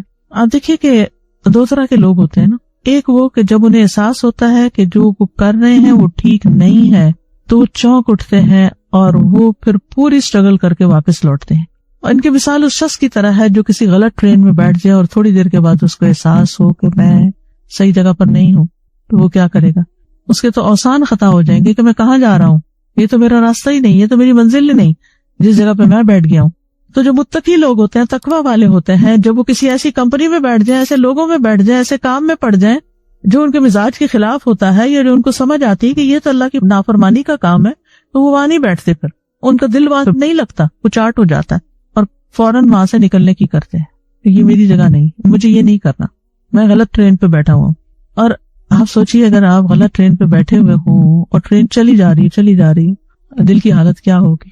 اسی طرح اگر آپ کسی رانگ پلیس پر ہیں جاب کے سلسلے میں، یا ویسے کسی ایسے انسان کے ساتھ شادی ہو گئی ہے یا کچھ کہ جو آپ کو ہر نیکی کے کام سے روکتا ہے، نہ وہ خود ایمان رکھتا ہے، نہ وہ خود کچھ کرتا ہے، نہ آپ کو کرنے دیتا ہے، تو آپ کوشش تو کریں گے کسی طرح نبھائیں، لیکن اگر آپ کی ایمان کو خطرہ ہو تو آپ اپنی دنیا کو سامنے نہیں رکھیں گے، پھر آپ اپنی آخرت کو سامنے رکھیں گے۔ کبھی بھی دنیا اور دنیا کا کمپیریزن نہ کیا کریں، دنیا اور آخرت کا کیا کریں۔ یہ نہ دیکھا کریں کہ مجھے دوسروں کے مقابلے میں دنیا کتنی مل رہی، یہ دیکھا کریں کہ مجھے آخرت کے مقابلے میں کیا دنیا مل رہی ہے اور اس کی آخرت میں کیا قیمت ہوگی جو میں یہاں سب اکٹھا کر لوں گا۔ تو انسان کسی بھی چیز کو پھر چھوڑ سکتا ہے کہ یہ میری آخرت کے لیے نقصان دہ ہے، یہاں اس جگہ رہنا، یہ کھانا، یہ پہننا، یہ گفتگو کا انداز، یہ کمائی، یہ خرچ، یہ اسراف، یہ زیادتی، یہ ظلم، یہ زبان، ہر چیز پر انسان پہ چیک رکھتا ہے کہ نہیں، یہ میرا راستہ نہیں، یہ میری جگہ نہیں، یہ مجھے زیب نہیں دیتا، یہ مجھے سوٹ نہیں کرتا، مجھے اللہ کا بندہ بن کے رہنا ہے، مجھے اللہ کی اطاعت اور فرما برداری کرنا ہے، کیونکہ اسی میں میری آخرت کی سیفٹی ہے، اسی میں میری نجات ہے۔ اور یہی دراصل توبہ ہوتی ہے، استغفار ہوتا ہے کہ انسان کو جب پتا چل جائے کہ میں غلط کر رہا ہوں یا میں نے غلط کیا تو بے حد پریشان بھی ہوتا ہے، شرمندہ بھی ہوتا ہے، اور واپس پلٹنے کی کرتا ہے، اور اگلے اسٹیشن پر اتر جاتا ہے۔ وہ بیٹھا نہیں رہتا کہ نہیں ایئر کنڈیشن گاڑی ہے، سیر ہی صحیح، چلو نہیں، واپس پلٹے گا۔ تو مومن وہ ہے جو غلطی کر کے پلٹ آئے، غصہ آ جائے تو معاف کر دے، کسی کے حق میں کمی کوتاہی ہو جائے تو سوری کر لے، اس کی انا آڑے نہیں آتی، وہ سوری کرنے میں دیر ہی نہیں لگاتا، وہ فوراً سوری کر لیتا ہے۔ کوئی رنجش ہو جائے کسی سے تو دل صاف کر لیتا ہے، کسی کی طرف سے کوئی غلطی سامنے آ جائے تو اس کے لیے بھی بخشش کی دعا مانگتا ہے، ربنا اغفر لنا ولاخواننا الذین سبقونا بالایمان ولا تجعل فی قلوبنا غلا للذین آمنوا۔ وہ ایمان والوں کے لیے دل میں حسد، کدورت، نفرت اور ایسی چیزیں نہیں رکھتا، وہ اپنی غلطی کی تعویلیں کر کر کے اور اپنے آپ کو جسٹیفائی کر کے غلطی پہ اڑتا نہیں ہے، بلکہ وہاں سے نکلتا ہے۔ وہ دنیاوی شان و شوکت اور دنیاوی عیش و عشرت کی خاطر اپنے رب کو ناراض نہیں رکھتا، وہ اپنے ضمیر کی آواز سنتا ہے، وہ سچائی کے راستے پہ چلتا ہے، وہ خیانت نہیں کرتا، کیونکہ اسے معلوم ہے کہ میرا رب سب جانتا ہے، کوئی جانے یا نہ جانے وہ تو جانتا ہے۔ تو ایسا انسان اللہ سبحانہ و تعالیٰ کی رحمت میں آ جاتا ہے۔ موسیٰ علیہ السلام کے بارے میں آپ سب کو معلوم ہے کہ وہ ایسے وقت میں شہر میں داخل ہوئے جب شہر والے غفلت میں تھے، دو آدمی لڑ رہے تھے، ایک موسیٰ علیہ السلام کی اپنی قوم کا تھا اور ایک مخالف قوم کا تھا۔ تو جو اپنی قوم والا تھا اس نے مدد مانگی، انہوں نے مدد کی، اور مخالف کے اوپر حملہ کیا، وہ وہیں مر گیا۔ اور جو ہی ان سے غلطی ہوئی تو کیا کہا، رب انی ظلمت نفسی فاغفر لی، پھر کیا ہوا، فغفر لہ، اللہ نے معاف کر دیا۔ ان کا ارادہ نہیں تھا قتل کرنے کا، لیکن بہرحال قتل تو قتل ہے، چاہے خطا سے بھی ہو، تو ان کو تکلیف ہوئی۔ تو اس سے یہ بات بھی پتہ چلتی کہ ہر غلطی معاف ہو سکتی ہے، انسان کو پر امید رہنا چاہیے، یعنی غلطی کا اعتراف کر لیا جائے، اس کو چھوڑ دیا جائے، اس کے بعد کوئی نیکی کر لی جائے، اللہ تعالیٰ کی طرف رجوع کر لیا جائے۔ کیونکہ اگر انسان اصرار کرتا ہے اور پھر وہ اس پر اصرار کرتے ہیں، یعنی برا نہیں سمجھتے برائی کو، تو بات یہ ہے کہ جو لوگ ایماندار ہیں وہ اپنے ایمان کی بنیاد پر ہمیشہ الرٹ رہتے ہیں. تقویٰ جو ہے وہ چوکنے زندگی بسر کرنے کا نام ہے، جاگتے رہنے کا نام، ہوشیار رہنے کا نام، احتیاط والی زندگی اختیار کرنے کا نام، اپنے اوپر چیک رکھنے کا نام ہے، اللہ سے ڈرنے کا نام ہے. یعنی آپ کوئی بھی کام کر رہے ہیں تو آپ الرٹ ہوتے ہیں کہ کیا کر رہا ہوں میں، کیوں کر رہا ہوں، یہ تو ٹھیک نہیں ہوا، ایسا تو نہیں کرنا چاہیے تھا. یعنی اپنے آپ کا محاسبہ کرتے رہتے. یہ متقی شخص کی پہچان ہوتی، جس کے اندر تقویٰ ہوتا ہے. اول تو وہ غلطیوں سے بچ کے چلتا ہے، کیونکہ وہ خاردار جنگل میں، کانٹوں والے جنگل میں بچ کے چل رہا ہوتا. لیکن آپ کو معلوم ہے کہ جتنا بھی آپ بچ کے چلیں، کانٹے تو کانٹے ہیں، کوئی چھوڑ کے آپ پہ آ پڑے گا، کہیں نہ کہیں اٹک ہی جائیں گے، کچھ نہ کچھ چوب ہی جائے گا. لہذا فوراً ہی توبہ کرتے ہیں. نبی صلی اللہ علیہ وسلم نے فرمایا ہر مومن آدمی سے کوئی نہ کوئی ایسا گناہ سرزد ہو جاتا ہے جس کو وہ اکثر کرتا رہتا ہے. یعنی ریپیٹڈ غلطیاں ہم سب جانتے ہیں اپنی، خاص طور پر جو بچوں کے معاملے میں یا قریبی لوگوں کے ساتھ جو ہمارے تعلقات ہوتے ہیں، جب ان کی طرف سے ہمیں ناپسندیدہ رویوں کا سامنا کرنا پڑتا ہے تو ہمارا بھی نیگیٹو ری ایکشن آ ہی جاتا ہے. جتنا بھی چاہے کنٹرول کرے، وہ کہیں نہ کہیں سے ادھر ادھر سے پھر نکل آتا ہے. اگر ہم زبان سے نہ بھی کچھ کہنا تو ہم سوچ لیتے یہ تو ہے ہی ایسے، انہوں نے نہیں بدلنا، یہ تو ایسے ہی ہے، تو کچھ سے کچھ برا ہی سوچ لیں گے. تو ہر مومن کچھ نہ کچھ اس سے غلطی تو ہوتی رہتی ہے. فرمایا یا کوئی ایسا گناہ ہوتا ہے جس پر وہ قائم رہتا ہے اور وہ اس کو نہیں چھوڑتا حتیٰ کہ دنیا چھوڑ جاتا ہے. اللہ ہم کو معاف کر دے. جب لوگ کہتے ہیں نا پتہ نہیں کون سا گناہ تھا کہ جس کی پکڑ ہوگی، کہتے پتہ نہیں کون سا. ہاں واقعی ہمیں بعض اوقات نہیں پتا ہوتا، یا ہم کسی کو کہیں نا استغفار کرو تو برا بھی مان جاتے ہیں لوگ کہ یہ ہمیں کیوں کہہ رہے ہیں کہ معافی، ہم نے کیا غلطی کی ہے. نظر نہیں آتی تو مانتے بھی نہیں. ہمارے پیغمبر ہمیں بتاتے ہیں کہ ہر انسان کوئی نہ کوئی غلطی کرتا رہتا ہے اور پھر مرتے دم تک کرتا رہتا ہے. آپ دیکھیں ایسی ریپیٹڈ غلطیاں کیوں ہوتی، کیونکہ بعض اوقات حالات اس طرح کے ہوتے ہیں کہ انسان کی سمجھ میں نہیں آتا کہ ان سے نکلے کیسے. آپ سب اگر اپنی اپنی زندگی پر غور کریں تو آپ دیکھیں گے کہ کچھ چیزیں آپ کو اپنی زندگی میں اپنی ہی عادتیں یا اپنے ہی کام نہیں اچھے لگتے. مثلا نمازوں میں خشوع کی کمی، ہم سب کو تکلیف ہوتی ہے کہ یا اللہ یہ ٹھیک ہو جائے، پھر کھڑے ہوتے پھر بھول جاتے، ہر نماز میں بھول جاتے ہیں کہ ہم پتہ نہیں کہاں سے کہاں چلے جاتے. اتنے سال گزر گئے زندگی کے، ابھی تک تو نہیں ٹھیک کر سکے. ایون کعبے کے آگے کھڑے ہو کے بھی سجدوں میں تنگ ہے اپنی عادت سے، کنٹرول میں ہی نہیں، کہاں سے کہاں خیالات بھٹک جاتے ہیں. جتنے چاہیں عہد کر لیں. اور ایک روایت میں آتا ہے نا کہ ایک وقت ہے کہ خشوع اٹھا لیا جائے گا، بڑا ڈر لگتا ہے کہ کہیں یہی وقت تو نہیں کہ ہمیں نصیب ہی نہیں ہوتا اس طرح. ہمارے ساتھ کوئی ایسا کرے تو مومن کے ساتھ بھی یہ سلسلہ جاری رہتا ہے، اس لیے استغفار کرنا ضروری ہے.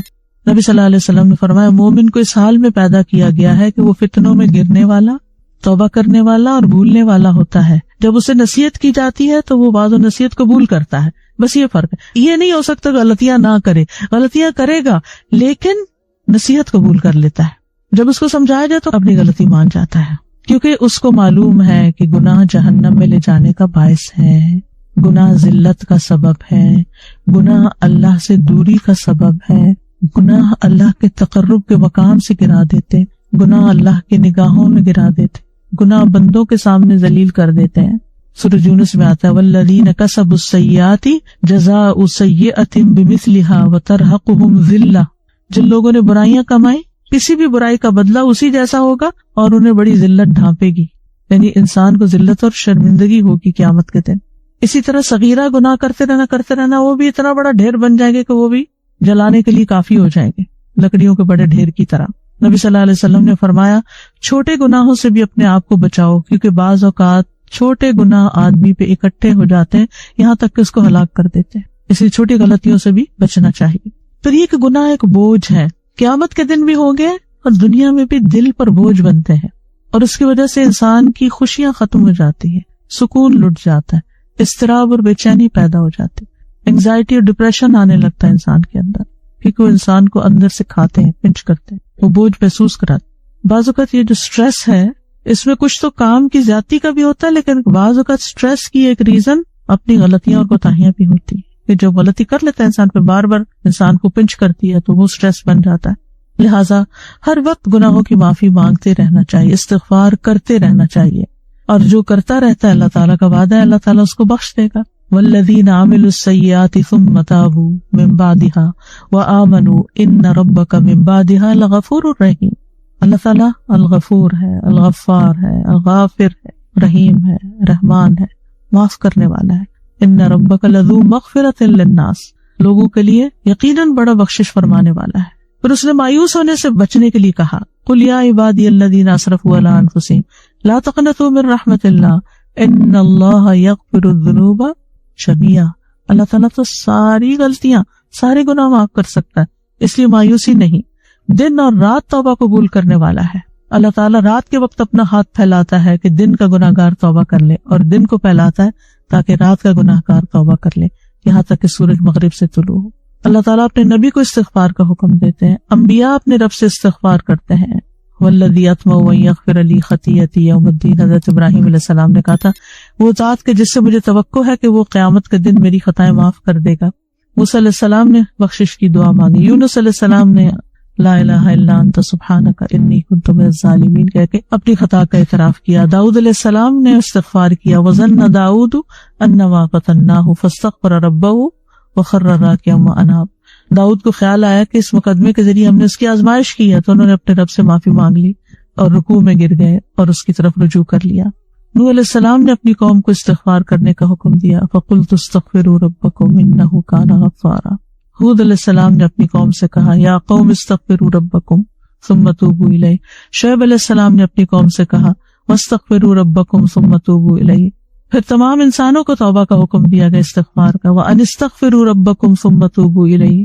اور ایمان والے تو خاص طور پر راتوں کو اٹھ کر استغفار کرتے ہیں، وبالاسحار هم یستغفرون۔ اور یہ بھی یاد رکھیے کہ جو اللہ تعالیٰ سے معافی کی امید رکھتا ہے، مایوس نہیں ہوتا، اللہ تعالیٰ اس کو معاف کر دیتے ہیں۔ نبی صلی اللہ علیہ وسلم نے فرمایا، اللہ تعالیٰ فرماتا ہے، اے ابن آدم، جب تک تو مجھے پکارے گا اور مجھ سے پر امید رہے گا، میں تجھے بخشتا رہوں گا، جو بھی گناہ ہوں گے اور کوئی پرواہ نہیں کروں گا۔ اے ابن آدم، اگر تیرے گناہ آسمان کی بلندیوں تک پہنچ جائیں پھر تو مجھ سے بخشش طلب کرے تو میں پرواہ کیے بغیر تجھے بخش دوں گا۔ اے ابن آدم، اگر تو زمین کے برابر گناہ لے کر میرے پاس آئے، اس حال میں مجھے ملے کہ شرک نہ کیا ہو مجھ سے، تو میں تجھے ان گناہوں کے بقدر بخش دوں گا۔ تو بندے جب تک اللہ سے بخشش مانگتے رہیں گے، اللہ تعالیٰ بخش دے گا۔ 1000 بار بھی گناہ کر لے تو بھی انسان کی بخشش ہو سکتی ہے، یعنی جتنی دفعہ گناہ ہو اتنی دفعہ توبہ کر لینی چاہیے، جان بوجھ کے نہیں گناہ کرنے چاہیے، لیکن اللہ تعالیٰ سے معافی مانگتے رہنا چاہیے۔ اللہ تعالیٰ ہم سب کو بخش دے اور ہمیں بخشش مانگنے کا طریقہ سکھا دے، اور حقیقی معنوں میں ہمیں اپنی غلطیوں کا اعتراف کرنا سکھا دے، غلطی کو ماننے والا بنا دے۔ اگر انسان اس دن میں کوئی غلط کام کرے تو اس دن میں انسان کے اوپر برا وقت بھی آ سکتا ہے، جیسا کہ حضرت آدم علیہ السلام پر آیا، یعنی ان کی تخلیق اس دن ہوئی، جنت میں اس دن گئے، لیکن جنت سے نکالے بھی اسی دن گئے۔ تو گویا جنت سے نکالا جانا پوسٹ پون کے طور پر انسان کے لیے اچھا برا نہیں، جب تک اس میں کوئی اچھا عمل نہ کیا جائے۔ اگرچہ اس دن جب اچھا عمل کیا جاتا ہے تو اس کا اجر و ثواب زیادہ ہو جاتا ہے، اور آپ دیکھیں کہ کسی اچھے دن میں برا عمل انسان کے لیے گناہ کا بھی زیادہ سبب بنتا ہے۔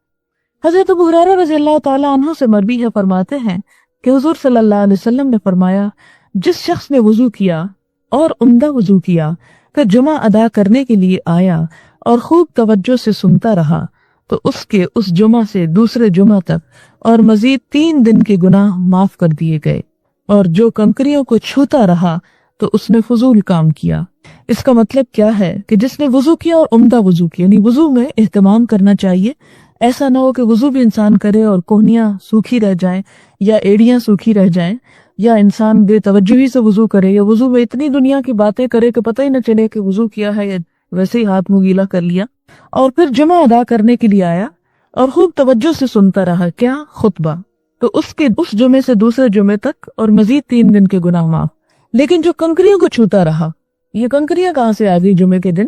بات یہ ہے کہ آپ صلی اللہ علیہ وسلم کے زمانے میں مسجد نبوی میں کوئی صف، کوئی بوریا، کوئی کارپٹ کچھ بھی نہیں بچھا ہوتا تھا، زمین پہ فرش کے اوپر کنکریاں بچھی ہوتی تھی جس پر لوگ آ کر بیٹھا کرتے تھے۔ اور عموماً لوگ جب صفیں بچھی ہوتی ہیں تو صف کو پھاڑتے توڑتے کاٹتے رہتے ہیں، یا کوئی اور چیز ایسی نظر آ جائے، یا یہ ہے کہ ان کنکریوں کو جوڑنا، جمع کرنا، توڑنا، یعنی جیسے کنکریوں سے بچے کھیلتے بھی ہیں یا جیسے بنٹوں وغیرہ سے کھیلتے ہیں، تو اگر کوئی شخص خطبہ بھی سن رہا ہو اور ساتھ اس کے اس طرح کا عمل بھی کر رہا ہو تو فرمایا اس نے فضول کام کیا، فقد لغا اللہ بات کی، اس نے جمعے کا حق نہ ادا کیا، اس نے اپنے اجر میں کمی کر لی۔ اس سے پتہ چلتا ہے کہ ایک علم کی مجلس کے آداب کیا ہوتے ہیں۔ حضرت ابو ہریرہ رضی اللہ تعالیٰ عنہ سے مروی ہے کہ حضور صلی اللہ علیہ وسلم نے فرمایا 5 نمازیں، ایک جمعہ دوسرے جمعہ تک، ایک رمضان دوسرے رمضان تک، اپنے درمیان میں کیے جانے والے گناہوں کا کفارہ بن جاتے ہیں، بشرطے کہ کبیرہ گناہوں سے اجتناب کیا جائے۔ اور کبیرہ گناہوں کی اگر آپ تفصیل دیکھیں تو ایک صرف اللہ تعالیٰ کا حق ہے، یعنی شرک کرنا، اور باقی سارے بندوں کے حقوق سے متعلق ہے، والدین کی نافرمانی ہو، یا جھوٹ ہو، یا غیبت ہو، یا جادو ہو، یا کسی کے اوپر الزام تراشی ہو، محسنات الغافلات کے اوپر، تو یہ تمام کس میں آتا ہے؟ کبیرہ گناہوں میں آتا ہے۔ اور یہ تمام کے تمام بندوں کے حقوق کو مارنا ہے، اور بندوں کے حقوق کے بارے میں آپ کو پتا ہے کہ اس وقت تک نہیں چھوڑے جائیں گے، معاف ہوں گے جب تک بندے معاف نہ کرتے۔ لہٰذا یہ ایک عبادت سے دوسری عبادت کے درمیان انسان سے اگر کوئی کمی کوتاہی ہو گئی ہے، یعنی کوئی غفلت ہو گئی، نماز میں کوئی کمی بیشی ہو گئی ہے، یا جیسے روزہ وغیرہ ہے یا اور اس طرح کی عبادات ہیں، تو ان کی معافی تو ہو سکتی ہے، لیکن اگر انسان دوسرے انسانوں کے ساتھ زیادتی کر رہا ہے تو اس کی معافی نہیں ہوگی۔ اسی لیے ساتھ شرط لگا دی گئی کہ کبیرہ گناہ۔ حضرت ابو ہریرہ اور ابن عمر رضی اللہ تعالیٰ عنہ سے مروی ہے کہ ان دونوں نے حضور صلی اللہ علیہ وسلم کو ممبر کی لکڑیوں پر بیٹھ کر یہ فرماتے سنا، لوگ جمعہ کی نماز ترک کرنے سے باز آ جائیں، ورنہ اللہ تعالیٰ ان کے دلوں پہ مہر لگا دیں گے اور وہ غافلوں میں سے ہو جائیں گے، یعنی ان کا نام غافلوں میں لکھا جائے گا، اور قیامت کے دن پھر غافلوں کی صف میں اٹھائے جائیں گے۔ اور ان کے ساتھ پھر کیا معاملہ ہونا چاہیے وہ انسان خود فیصلہ کر سکتا ہے۔ حضرت ابن عمر رضی اللہ تعالیٰ عنہما سے مروی ہے کہ حضور صلی اللہ علیہ وسلم نے فرمایا، جب تم میں سے کوئی شخص نماز جمعہ ادا کرنے آئے تو غسل کرے، نہا دھو کے صاف ستھرا ہو کر آئے۔ حضرت ابو سعید خدری رضی اللہ تعالیٰ عنہ سے مروی ہے کہ حضور صلی اللہ علیہ وسلم نے فرمایا، جمعہ کا غسل ہر بالغ آدمی کے لیے ضروری ہے، یعنی اس کو بہت تاکیداً اس کے کرنے کا حکم دیا گیا، اگرچہ فرض کے درجے پر نہیں، اسے واجب کا درجہ دیا جاتا ہے، کیونکہ یہاں پر آپ عربی عبارت میں دیکھیں، غسل الجمعۃ واجب علی کل محتلم، اور محتلم تو بالغ کو کہتے ہیں، اور واجب سے مراد یعنی اختیاری طور پر جو چیز واجب کر لے، جیسے کوئی شخص اپنے کسی دوست سے کہتا ہے کہ تمہارا حق تو مجھ پر واجب ہے، لازم ہے، یعنی یہ کرنا ہی چاہیے۔ اور ایک ہوتا ہے جیسے قرض ہے، تو قرض اور اس میں تو فرق ہے، یعنی فرض اور واجب میں فرق ہے، اور یہاں واجب یعنی بطریق لزوم یعنی لازم ہونے کو کہا گیا۔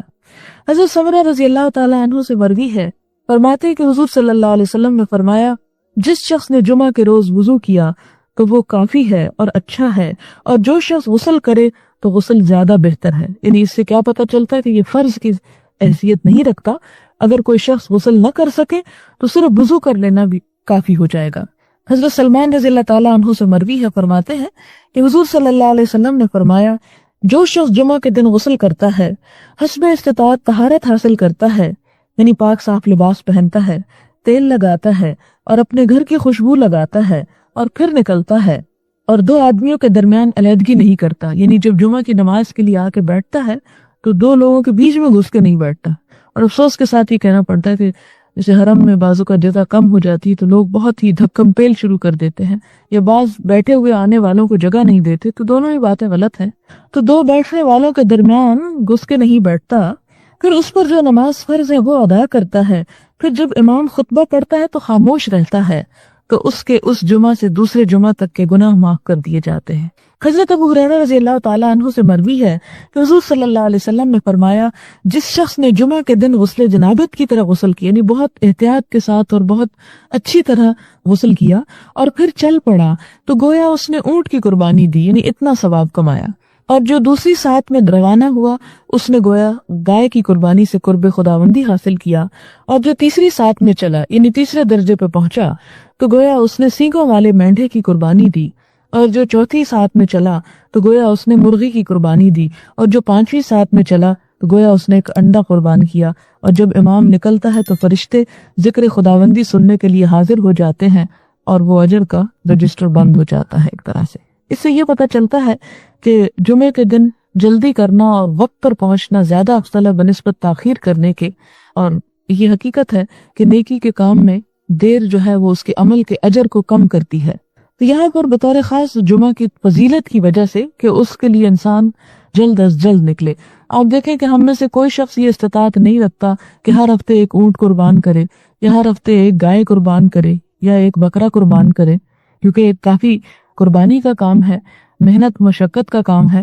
لیکن اگر انسان خود نہیں، کیونکہ عورتوں پہ تو جمعہ فرض نہیں ہے، لیکن اپنے بچوں کو یا شوہر کو وقت پہ تیار کر کے بھیجے تو اس کے لیے بھی یہی اجر ہے. حضرت ابو ہریرہ سے مروی ہے کہ حضور صلی اللہ علیہ وسلم نے ایک دن جمعہ کے دن کا ذکر کیا اور فرمایا اس میں ایک گھڑی ایسی ہے کہ اگر کوئی مسلمان بندہ اس گھڑی کو اس حالت میں پائے کہ وہ کھڑا نماز پڑھ رہا ہو اور اللہ تعالیٰ سے کوئی چیز مانگے تو اللہ تعالیٰ اس کو وہ چیز عطا فرما دیتا ہے. یعنی وہ قبولیت کی گھڑی آتی ہے جو کہ حالت نماز میں آئے تھے. اور آپ نے ہاتھ کے اشارے سے فرمایا وہ گھڑی بالکل مختصر ہے، یعنی تھوڑی سی دیر کے لیے وہ وقت آتا ہے. یعنی وہ خاص وقت ہوتا ہے جس میں انسان جو مانگے وہ مل جاتا ہے، لیکن وہ وقت ہوتا بہت تھوڑا ہے.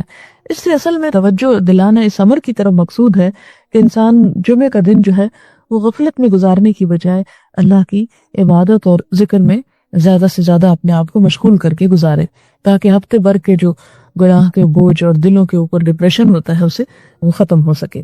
حضرت ابو بردہ بن ابی موسیٰ اشعری رضی اللہ تعالی عنہ سے مروی ہے، فرمایا حضرت عبداللہ بن عمر رضی اللہ عنہما نے فرمایا کیا تم نے اپنے والد ماجد کو جمعہ کی ساعت کے متعلق حضور صلی اللہ علیہ وسلم کی حدیث بیان کرتے سنا ہے؟ ابو بردہ کہتے ہیں میں نے عرض کیا ہاں، میں نے انہیں یہ کہتے سنا، میں نے حضور صلی اللہ علیہ وسلم کو یہ فرماتے سنا یہ گھڑی امام کے بیٹھنے سے نماز کے ادا ہو جانے تک کے درمیان آتی ہے. یعنی وہ کون سا وقت ہوتا ہے؟ جب امام خطبے کے لیے بیٹھ جاتا ہے اور نماز کا سلام پھیر دیا جاتا ہے. اب زیادہ زیادہ یہ وقت آدھے گھنٹے پر مشتمل ہوتا ہے، یعنی اس دوران یہ بابرکت لمحہ ہوتا ہے. اس سے یہ پتہ چلتا ہے کہ اس وقت میں انسان کو دوسرے تمام کام چھوڑ کر ایک اجتماعی عبادت، جمعہ کا مطلب ہی جمع ہونا، ایک اجتماعی عبادت کے ہر شخص اس وقت اللہ کے ذکر میں مشغول ہو، اس میں صرف کرنا چاہیے. حضرت اوس بن اوس رضی اللہ تعالیٰ عنہ سے مروی ہے، فرماتے ہیں کہ حضور صلی اللہ علیہ وسلم نے فرمایا تمہارے دنوں میں سے بہترین دن جمعہ کا دن ہے، تم اس میں مجھ پر کثرت سے درود پڑھا کرو کیونکہ تمہارا درود مجھ پر پیش کیا جاتا ہے. یعنی جمعے کے دن کی باقی عبادتیں بھی بہت افضل ہیں، لیکن درود شریف پڑھنے کے لیے خاص دن ہے. وہ حقیقت یہ ہے کہ انسان خطا کا پتلا ہے، انسان کے نفس کے اندر کمزوریاں موجود ہیں. خلق الانسان ضعیفا، انسان کمزور پیدا کیا گیا ہے، انسان بھولنے والا ہے. اسی بنا پہ ایسا ہوتا ہے کہ انسان اس دنیا میں بار بار پھسل جاتا ہے. کبھی اللہ سبحانہ وتعالیٰ کے کسی حکم کو ماننے میں اسے مشکل ہو جاتی ہے، یا وہ بھول جاتا ہے، یا وہ قصدن نہیں عمل کرتا جو اس کو کرنے کے لیے کہا جاتا ہے، اور کبھی وہ بھول چوک کا شکار ہو جاتا ہے، انجانے میں اس سے خطائیں ہو جاتی ہیں. انسان سے بار بار غلطیاں ہوتی ہیں. اگر انسان قصدن کوئی گناہ کرتا ہے اور گناہ پر قائم رہتا ہے تو ایسا شخص اللہ کی نگاہ میں سخت مجرم ہے. ایسا شخص قیامت کے دن اللہ کی پکڑ سے بچ نہیں سکے گا. ایک اور انسان ایسا ہوتا ہے کہ جس سے انسان ہونے کے ناطے غلطی ہو جاتی ہے، طبعی کمزوری کی بنا پر وہ پھسل جاتا ہے، لیکن غلطی کے بعد وہ فوراً متنبہ ہو جاتا ہے، ہوش میں آ جاتا ہے، اس کے اندر شرمندگی اور توبہ کا احساس پیدا ہو جاتا ہے. وہ اللہ تعالیٰ سے معافی مانگتا ہے اور آئندہ غلطی نہ کرنے کا عزم کر لیتا ہے. ایسا شخص غلطی کرنے کے باوجود اللہ تعالیٰ کے انعام کا مستحق ہو جاتا ہے. انسان اپنے آغاز سے ہی غلطیاں کرتا چلا آیا ہے. آدم علیہ السلام سے بھی بھول چوک ہوئی تھی، لیکن انجام کار انہوں نے توبہ کر لی، اپنے رب کی طرف رجوع کر لیا اور مزید اللہ تعالیٰ کے قریب ہو گئے. اللہ تعالیٰ نے ان کو چن لیا. موسیٰ علیہ السلام سے ایک قبطی کا قتل ہو گیا تھا، انہوں نے فوراً توبہ کر لی. اللہ تعالیٰ نے ان کو اپنے کام کا بنا لیا، چن لیا. غلطی انسان سے ہوتی ہے، لیکن غلطی کرنے کے بعد جو شخص توبہ استغفار کر لیتا ہے وہ ایسا ہوتا ہے گویا اس نے غلطی کی ہی نہ ہو. اللہ سبحانہ وتعالیٰ اس کو پاک صاف کر دیتا ہے، اور یہ ہم سب کی ضرورت ہے. اس لیے بہت ضروری ہے کہ ہم بار بار اللہ تعالیٰ کی طرف پلٹتے رہیں اور توبہ اور استغفار کرتے رہیں. قرآن مجید میں اللہ تعالیٰ فرماتے ہیں اللہ کسی نفس کو اس کی وسعت سے بڑھ کر تکلیف نہیں دیتا. جو اس نے نیکی کمائی وہ اسی کے لیے ہے، اور جو اس نے برائی کمائی وہ اسی کے ذمہ ہے. اے ہمارے رب، اگر ہم بھول جائیں یا ہم خطا کریں تو ہمارا مواخذہ نہ کرنا. اے ہمارے رب، ہم پر ایسا بوجھ نہ ڈالنا جیسا تو نے ہم سے پہلے لوگوں پر ڈالا تھا. اے ہمارے رب، اور تو ہم سے وہ بوجھ نہ اٹھوا جسے اٹھانے کی ہم میں طاقت نہیں، اور ہم سے درگزر فرما، ہمیں بخش دے، ہم پر رحم فرما، تو ہی ہمارا مولا ہے، بس کافر قوم کے مقابلے میں ہماری مدد فرما۔ یہ بہت ہی جامع آیت ہے اور عرش کے خزانے تلے سے دی گئی ہے۔ اس میں انسان سورۃ البقرہ کے اختتام پر اپنی عاجزی اور اپنی کمزوری کا اعتراف کرتے ہوئے اللہ سبحانہ وتعالیٰ سے بخشش، عفو، درگزر اور رحم کی درخواست کرتا ہے۔ یہ بہت ہی جامع آیت ہے، اس میں بہت سے نکات ہیں۔ اس میں اللہ تعالیٰ نے اپنے قانون سزا اور جزا کے کچھ کلیے بیان کیے ہیں۔ پہلا یہ کہ اللہ تعالیٰ بندوں پر ان کی طاقت سے زیادہ بوجھ نہیں ڈالتا۔ ہر شخص بس اتنا ہی مکلف ہے جتنی اس کو طاقت ملی ہے۔ جو چیز اس کے حدود میں نہیں، اس کے اختیار میں نہیں، اس کے امکان میں نہیں، اس پر اس سے کوئی مواخذہ بھی نہیں، اس کی پکڑ بھی نہیں، کیونکہ وہ کر سکتا ہی نہیں تھا۔ دوسرا یہ کہ انسان کو وہی کچھ ملے گا جو اس نے کمائی کی ہوگی، جس کی اس نے کوشش کی ہوگی۔ اگر اس نے نیکی کی تو اسے اس کا بدلہ ضرور مل کر رہے گا، اور اگر اس نے کوئی برا کام کیا تو اس کی سزا بھی ملے گی۔ یہاں انسان کو اپنے آباء و اجداد کی یا اپنے دوستوں کی نیکیاں کام نہ آئیں گی، نہ اس کا حسب نسب اور سٹیٹس اس کو فائدہ دے گا۔ ہمارے دین میں یہ نہیں کہ کرے کوئی اور بھرے کوئی، ہر شخص اپنے اعمال کا خود ذمہ دار ہے۔ ہاں، یہ ضرور ممکن ہے کہ اگر کسی شخص نے کسی نیک کام کی بنیاد رکھ دی ہے تو اس کے بعد جتنے لوگ اس کام کو آگے بڑھائیں گے وہ سب اس کے لیے صدقہ جاریہ بن جائے گا، اس کے اثرات موت کے بعد تک جاری رہیں گے۔ نیکی کے اس کام میں اسے برابر کا حصہ ملتا رہے گا۔ ایک دفعہ اس کا شیئر اس میں ہو گیا تو ہمیشہ کے لیے وہ شیئر ہولڈر ہو گیا، اب اس کو پروفٹ ملتا رہے گا۔ اسی طرح اگر کسی نے کسی برے کام کی بنیاد رکھ دی تو موت کے بعد اس کے اثرات جاری رہیں گے اور وہ اس برائی میں بھی برابر کا حصے دار ہوگا۔ آیت کے اختتام پر ایمان والوں کے دلوں کو تسلی دینے کے لیے اللہ تعالیٰ نے خود دعا سکھا دی کہ انسان پر اطاعت کی، اللہ تعالیٰ کی فرمانبرداری اور عبادت کی جو ذمہ داری ڈالی گئی ہے، اگر انسان اس کی ادائیگی میں کسی بھول چوک کا شکار ہو جاتا ہے یا عمدن کوئی غلطی کر بیٹھتا ہے تو پھر وہ اپنے رب سے معافی مانگ لے، توبہ کر لے۔ اور پھر یہ دعا بھی سکھائی گئی کہ یا رب، جو مشکلات پہلے لوگوں پر آئی تھی ہمیں ان سے بچا لے، اور یہ کہ مشکلات کا بس اتنا ہی بوجھ ہم پر ڈالنا جسے ہم سہار سکیں، بس آزمائش اتنی ہی ہو جس پہ ہم پورے اتر جائیں، اس میں ناکام نہ ہو۔ اسی طرح ایسا بھی نہ ہو کہ ہماری قوت برداشت سے بڑھ کر ہم پر کوئی سختی نازل ہو جائے اور پھر ہم سیدھے رستے سے بھٹک جائیں، کیونکہ فقر، تکلیف، بیماری انسان کو بعض اوقات مایوسی اور کفر میں مبتلا کر دیتی ہے۔ تو یا رب، ایسی کوئی تکلیف نہ آئے کہ جس سے ہمارا ایمان جائے۔ اللہ سبحانہ تعالیٰ کی یہ سنت رہی ہے کہ جو شخص بھی حق کی پیروی کا ارادہ کرتا ہے اللہ تعالیٰ اس کو آزماتا ضرور ہے، اس کا اخلاص دیکھتا ہے، اور جب آزمائشیں آتی ہیں تو مومن کا کام پھر یہی ہے کہ ان کا مقابلہ کرے، ان کے آگے ہمت نہ ہارے، اللہ تعالیٰ کی طرف پلٹے، کثرت سے استغفار کرے، اپنے گناہوں کی معافی مانگے تاکہ انسان اس مشکل سے باہر نکل آئے۔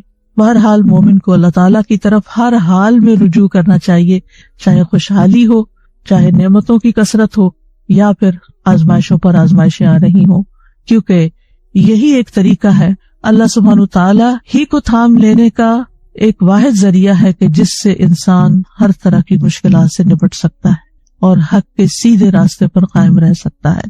تو اس لیے یہ دعا استغفار اور توبہ اور بخشش کی دعاؤں میں بہت اہم دعا ہے کہ جسے تکرار سے مانگتے رہنا چاہیے۔ اور اس میں سب سے پہلے جو بات کی گئی، لا یکلف اللہ نفسا الا وسعها، وسع اس چیز کو کہتے ہیں جو انسان پر وسیع ہو جائے، یعنی اس پہ تنگ نہ پڑے، اس پہ تنگی نہ ڈالے۔ مطلب یہ ہے کہ اللہ تعالیٰ کسی نفس کو صرف اس چیز کا ذمہ دار ٹھہرا دیتا ہے جس کی اس کے پاس وسعت ہوتی ہے، یعنی طاقت ہوتی ہے، اور جس کو وہ نبھا سکتا ہے۔ اور سوال یہ پیدا ہوتا ہے کہ کیا یہ شرعی معاملات کی بات ہو رہی ہے یا قدری معاملات کی، تقدیر کی بات ہو رہی؟ یہاں شرعی معاملات کی بات ہو رہی، کیونکہ بعض اوقات تقدیر کے کچھ ایسے فیصلے انسان پر آ جاتے ہیں کہ جو اس کی واقعی برداشت سے باہر ہو جاتے ہیں، جن کو انسان فیس نہیں کر سکتا، بعض اوقات ختم ہو جاتا ہے، بعض اوقات ہوش و حواس کھو بیٹھتا ہے۔ ان آزمائشوں سے بھی پناہ مانگنی چاہیے۔ لیکن یہاں بات ہو رہی ہے لا یکلف اللہ نفسا الا وسعها، یعنی اللہ نے انسان کو عبادت کی کسی بھی ایسی مشقت میں نہیں ڈالا کہ جسے وہ کر نہ سکے۔ یعنی جو نمازیں ہم پر فرض کی گئی ہیں، روزے ہم پر فرض کیے گئے، یا حج ہم پر فرض کیا گیا، یا اسی طرح اور کچھ کام جن کاموں کا ہمیں حکم دیا گیا ہے، ان میں سے کوئی بھی کام ایسا نہیں کہ جو ہم کر نہ سکتے ہوں، اور پھر ان کے کرنے میں بھی بہت وسعت ہے، یعنی اس میں بھی انسان کو سہولت دی گئی ہے کہ اگر ایک طریقے پہ نہیں کر پا رہا تو وہ اس میں رخصت لے لے، اس میں اختصار بھی ہے، اس میں سہولت بھی ہے۔ نماز میں کھڑے نہیں ہو سکتے، بیٹھ جاؤ، بیٹھ نہیں سکتے لیٹ جاؤ، سجدہ نہیں کر سکتے اشارے سے سجدہ کر لو، وضو نہیں کر سکتے تیمم کر لو، اور اسی طرح کی بے شمار مثالیں ہیں کہ جس میں ہمیں بہت وسعت دی گئی ہے، بہت آسانی دی گئی ہے۔ تو یہ اللہ سبحانہ و تعالیٰ کا ایک رحمت کا پہلو ہے کہ اللہ تعالیٰ ہمارے ساتھ آسانی چاہتا ہے، تنگی نہیں چاہتا۔ یرید اللہ بکم الیسر ولا یرید بکم العسر، اللہ تمہارے ساتھ آسانی کا ارادہ کرتا ہے، تنگی کا ارادہ نہیں رکھتا۔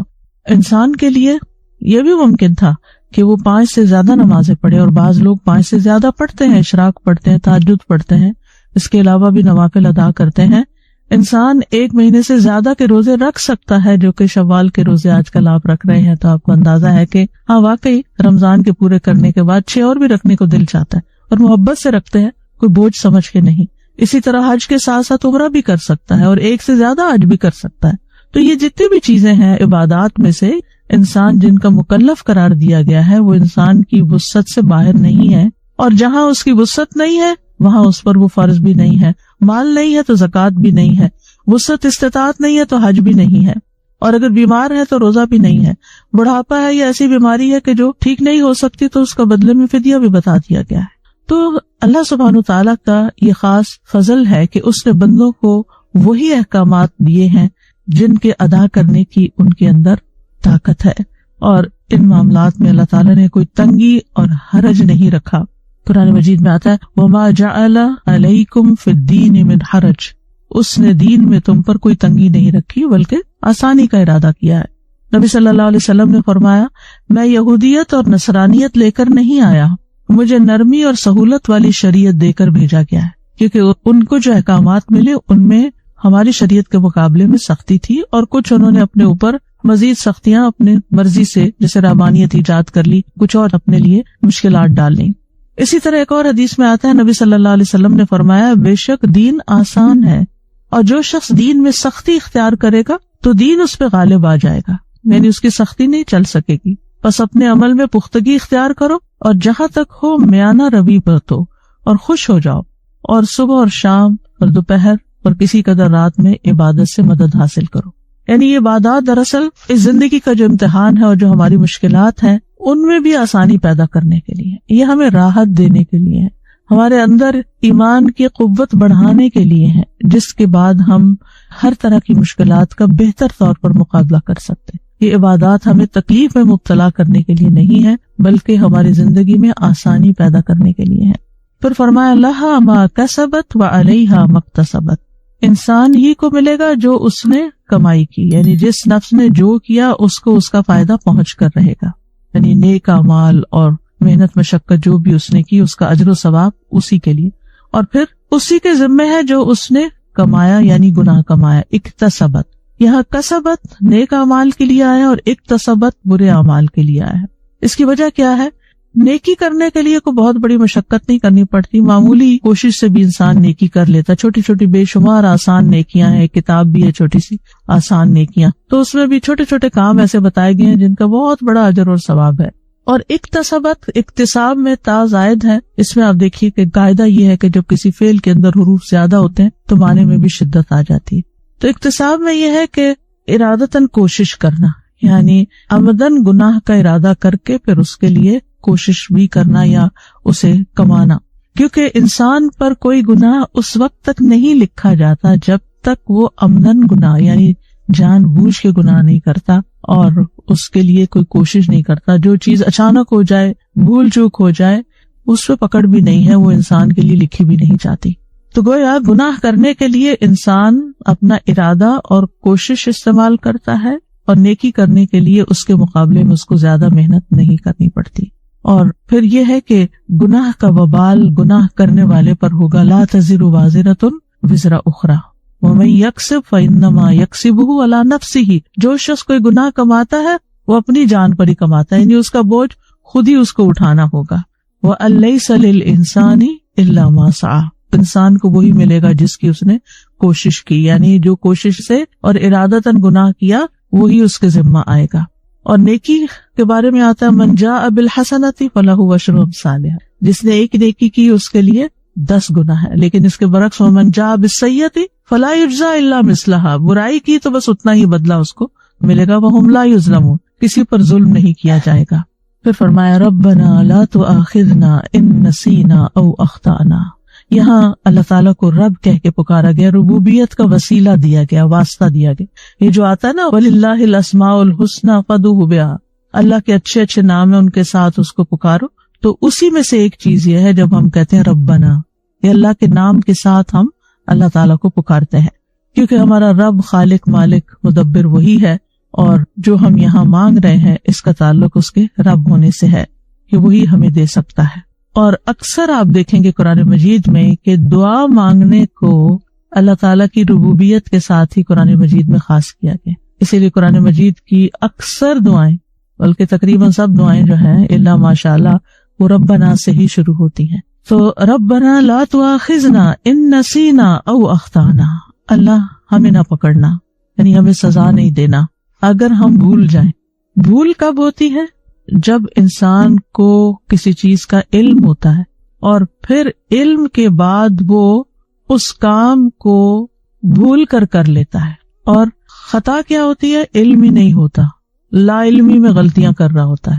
جیسے ریسنٹلی میں نے دیکھا کہ مسلمانوں کی جب اجتماعی صورتحال دیکھتے ہیں اور سب سے بڑی عبادت و نماز ہی ہے، تو جب میں مسجد نبی میں اپنے دائیں بائیں دیکھتی تھی تو اور خواتین ہی ہوتی تھی تو بہت ہی زیادہ تکلیف ہوتی تھی اس بات کی کہ نماز کے بنیادی فرائض تک سے غافل ہیں یا لا علم ہے، معلوم ہی نہیں سطر کتنا ڈھانکنا ہے، نماز میں کہاں دیکھنا ہے، نماز میں سجدہ کیسے کرنا ہے، رکوع کیسے کرنا ہے، کیونکہ بہت سارے لوگ ہوتے ہیں نا نظر پڑ جاتی ہے آگے، آپ کے آگے جو سب نظر پڑ جاتی ہے، کسی نے گردن اٹھائی ہوئی ہے، کسی نے جھکائی ہوئی ہے، بس ایسے ہی تھوڑا سا جھکا ہوا ہے کوئی، اور آپ کو معلوم ہے کہ اگر رکوع اور سجدہ صحیح نہ ہو تو نماز ہی نہیں ہوتی۔ لیکن بہت ہی دل تکلیف میں آ جاتا تھا کہ یا رب ان سب کو کون ایجوکیٹ کرے اور کون بتائے اور کس طرح ان کی تربیت کی جائے۔ بہرحال ہم سب پر لازم ہے خود بھی سیکھیں اور دوسروں کو بھی سکھائیں، اور جہاں جہاں تک ہم پہنچا سکیں پہنچائیں، اور کم از کم اپنے دائیں بائیں اور اپنے گھر میں اور اپنے بچوں کو تو صحیح نماز پڑھنا سکھا دیں۔ پھر اسی طرح سطر میں آپ دیکھیں کہ ہارڈلی کوئی ایسی خاتون ہوگی خصوصاً پاکستانی ڈریس میں کہ جس کے ٹخنے ڈھکے ہوئے ہوں،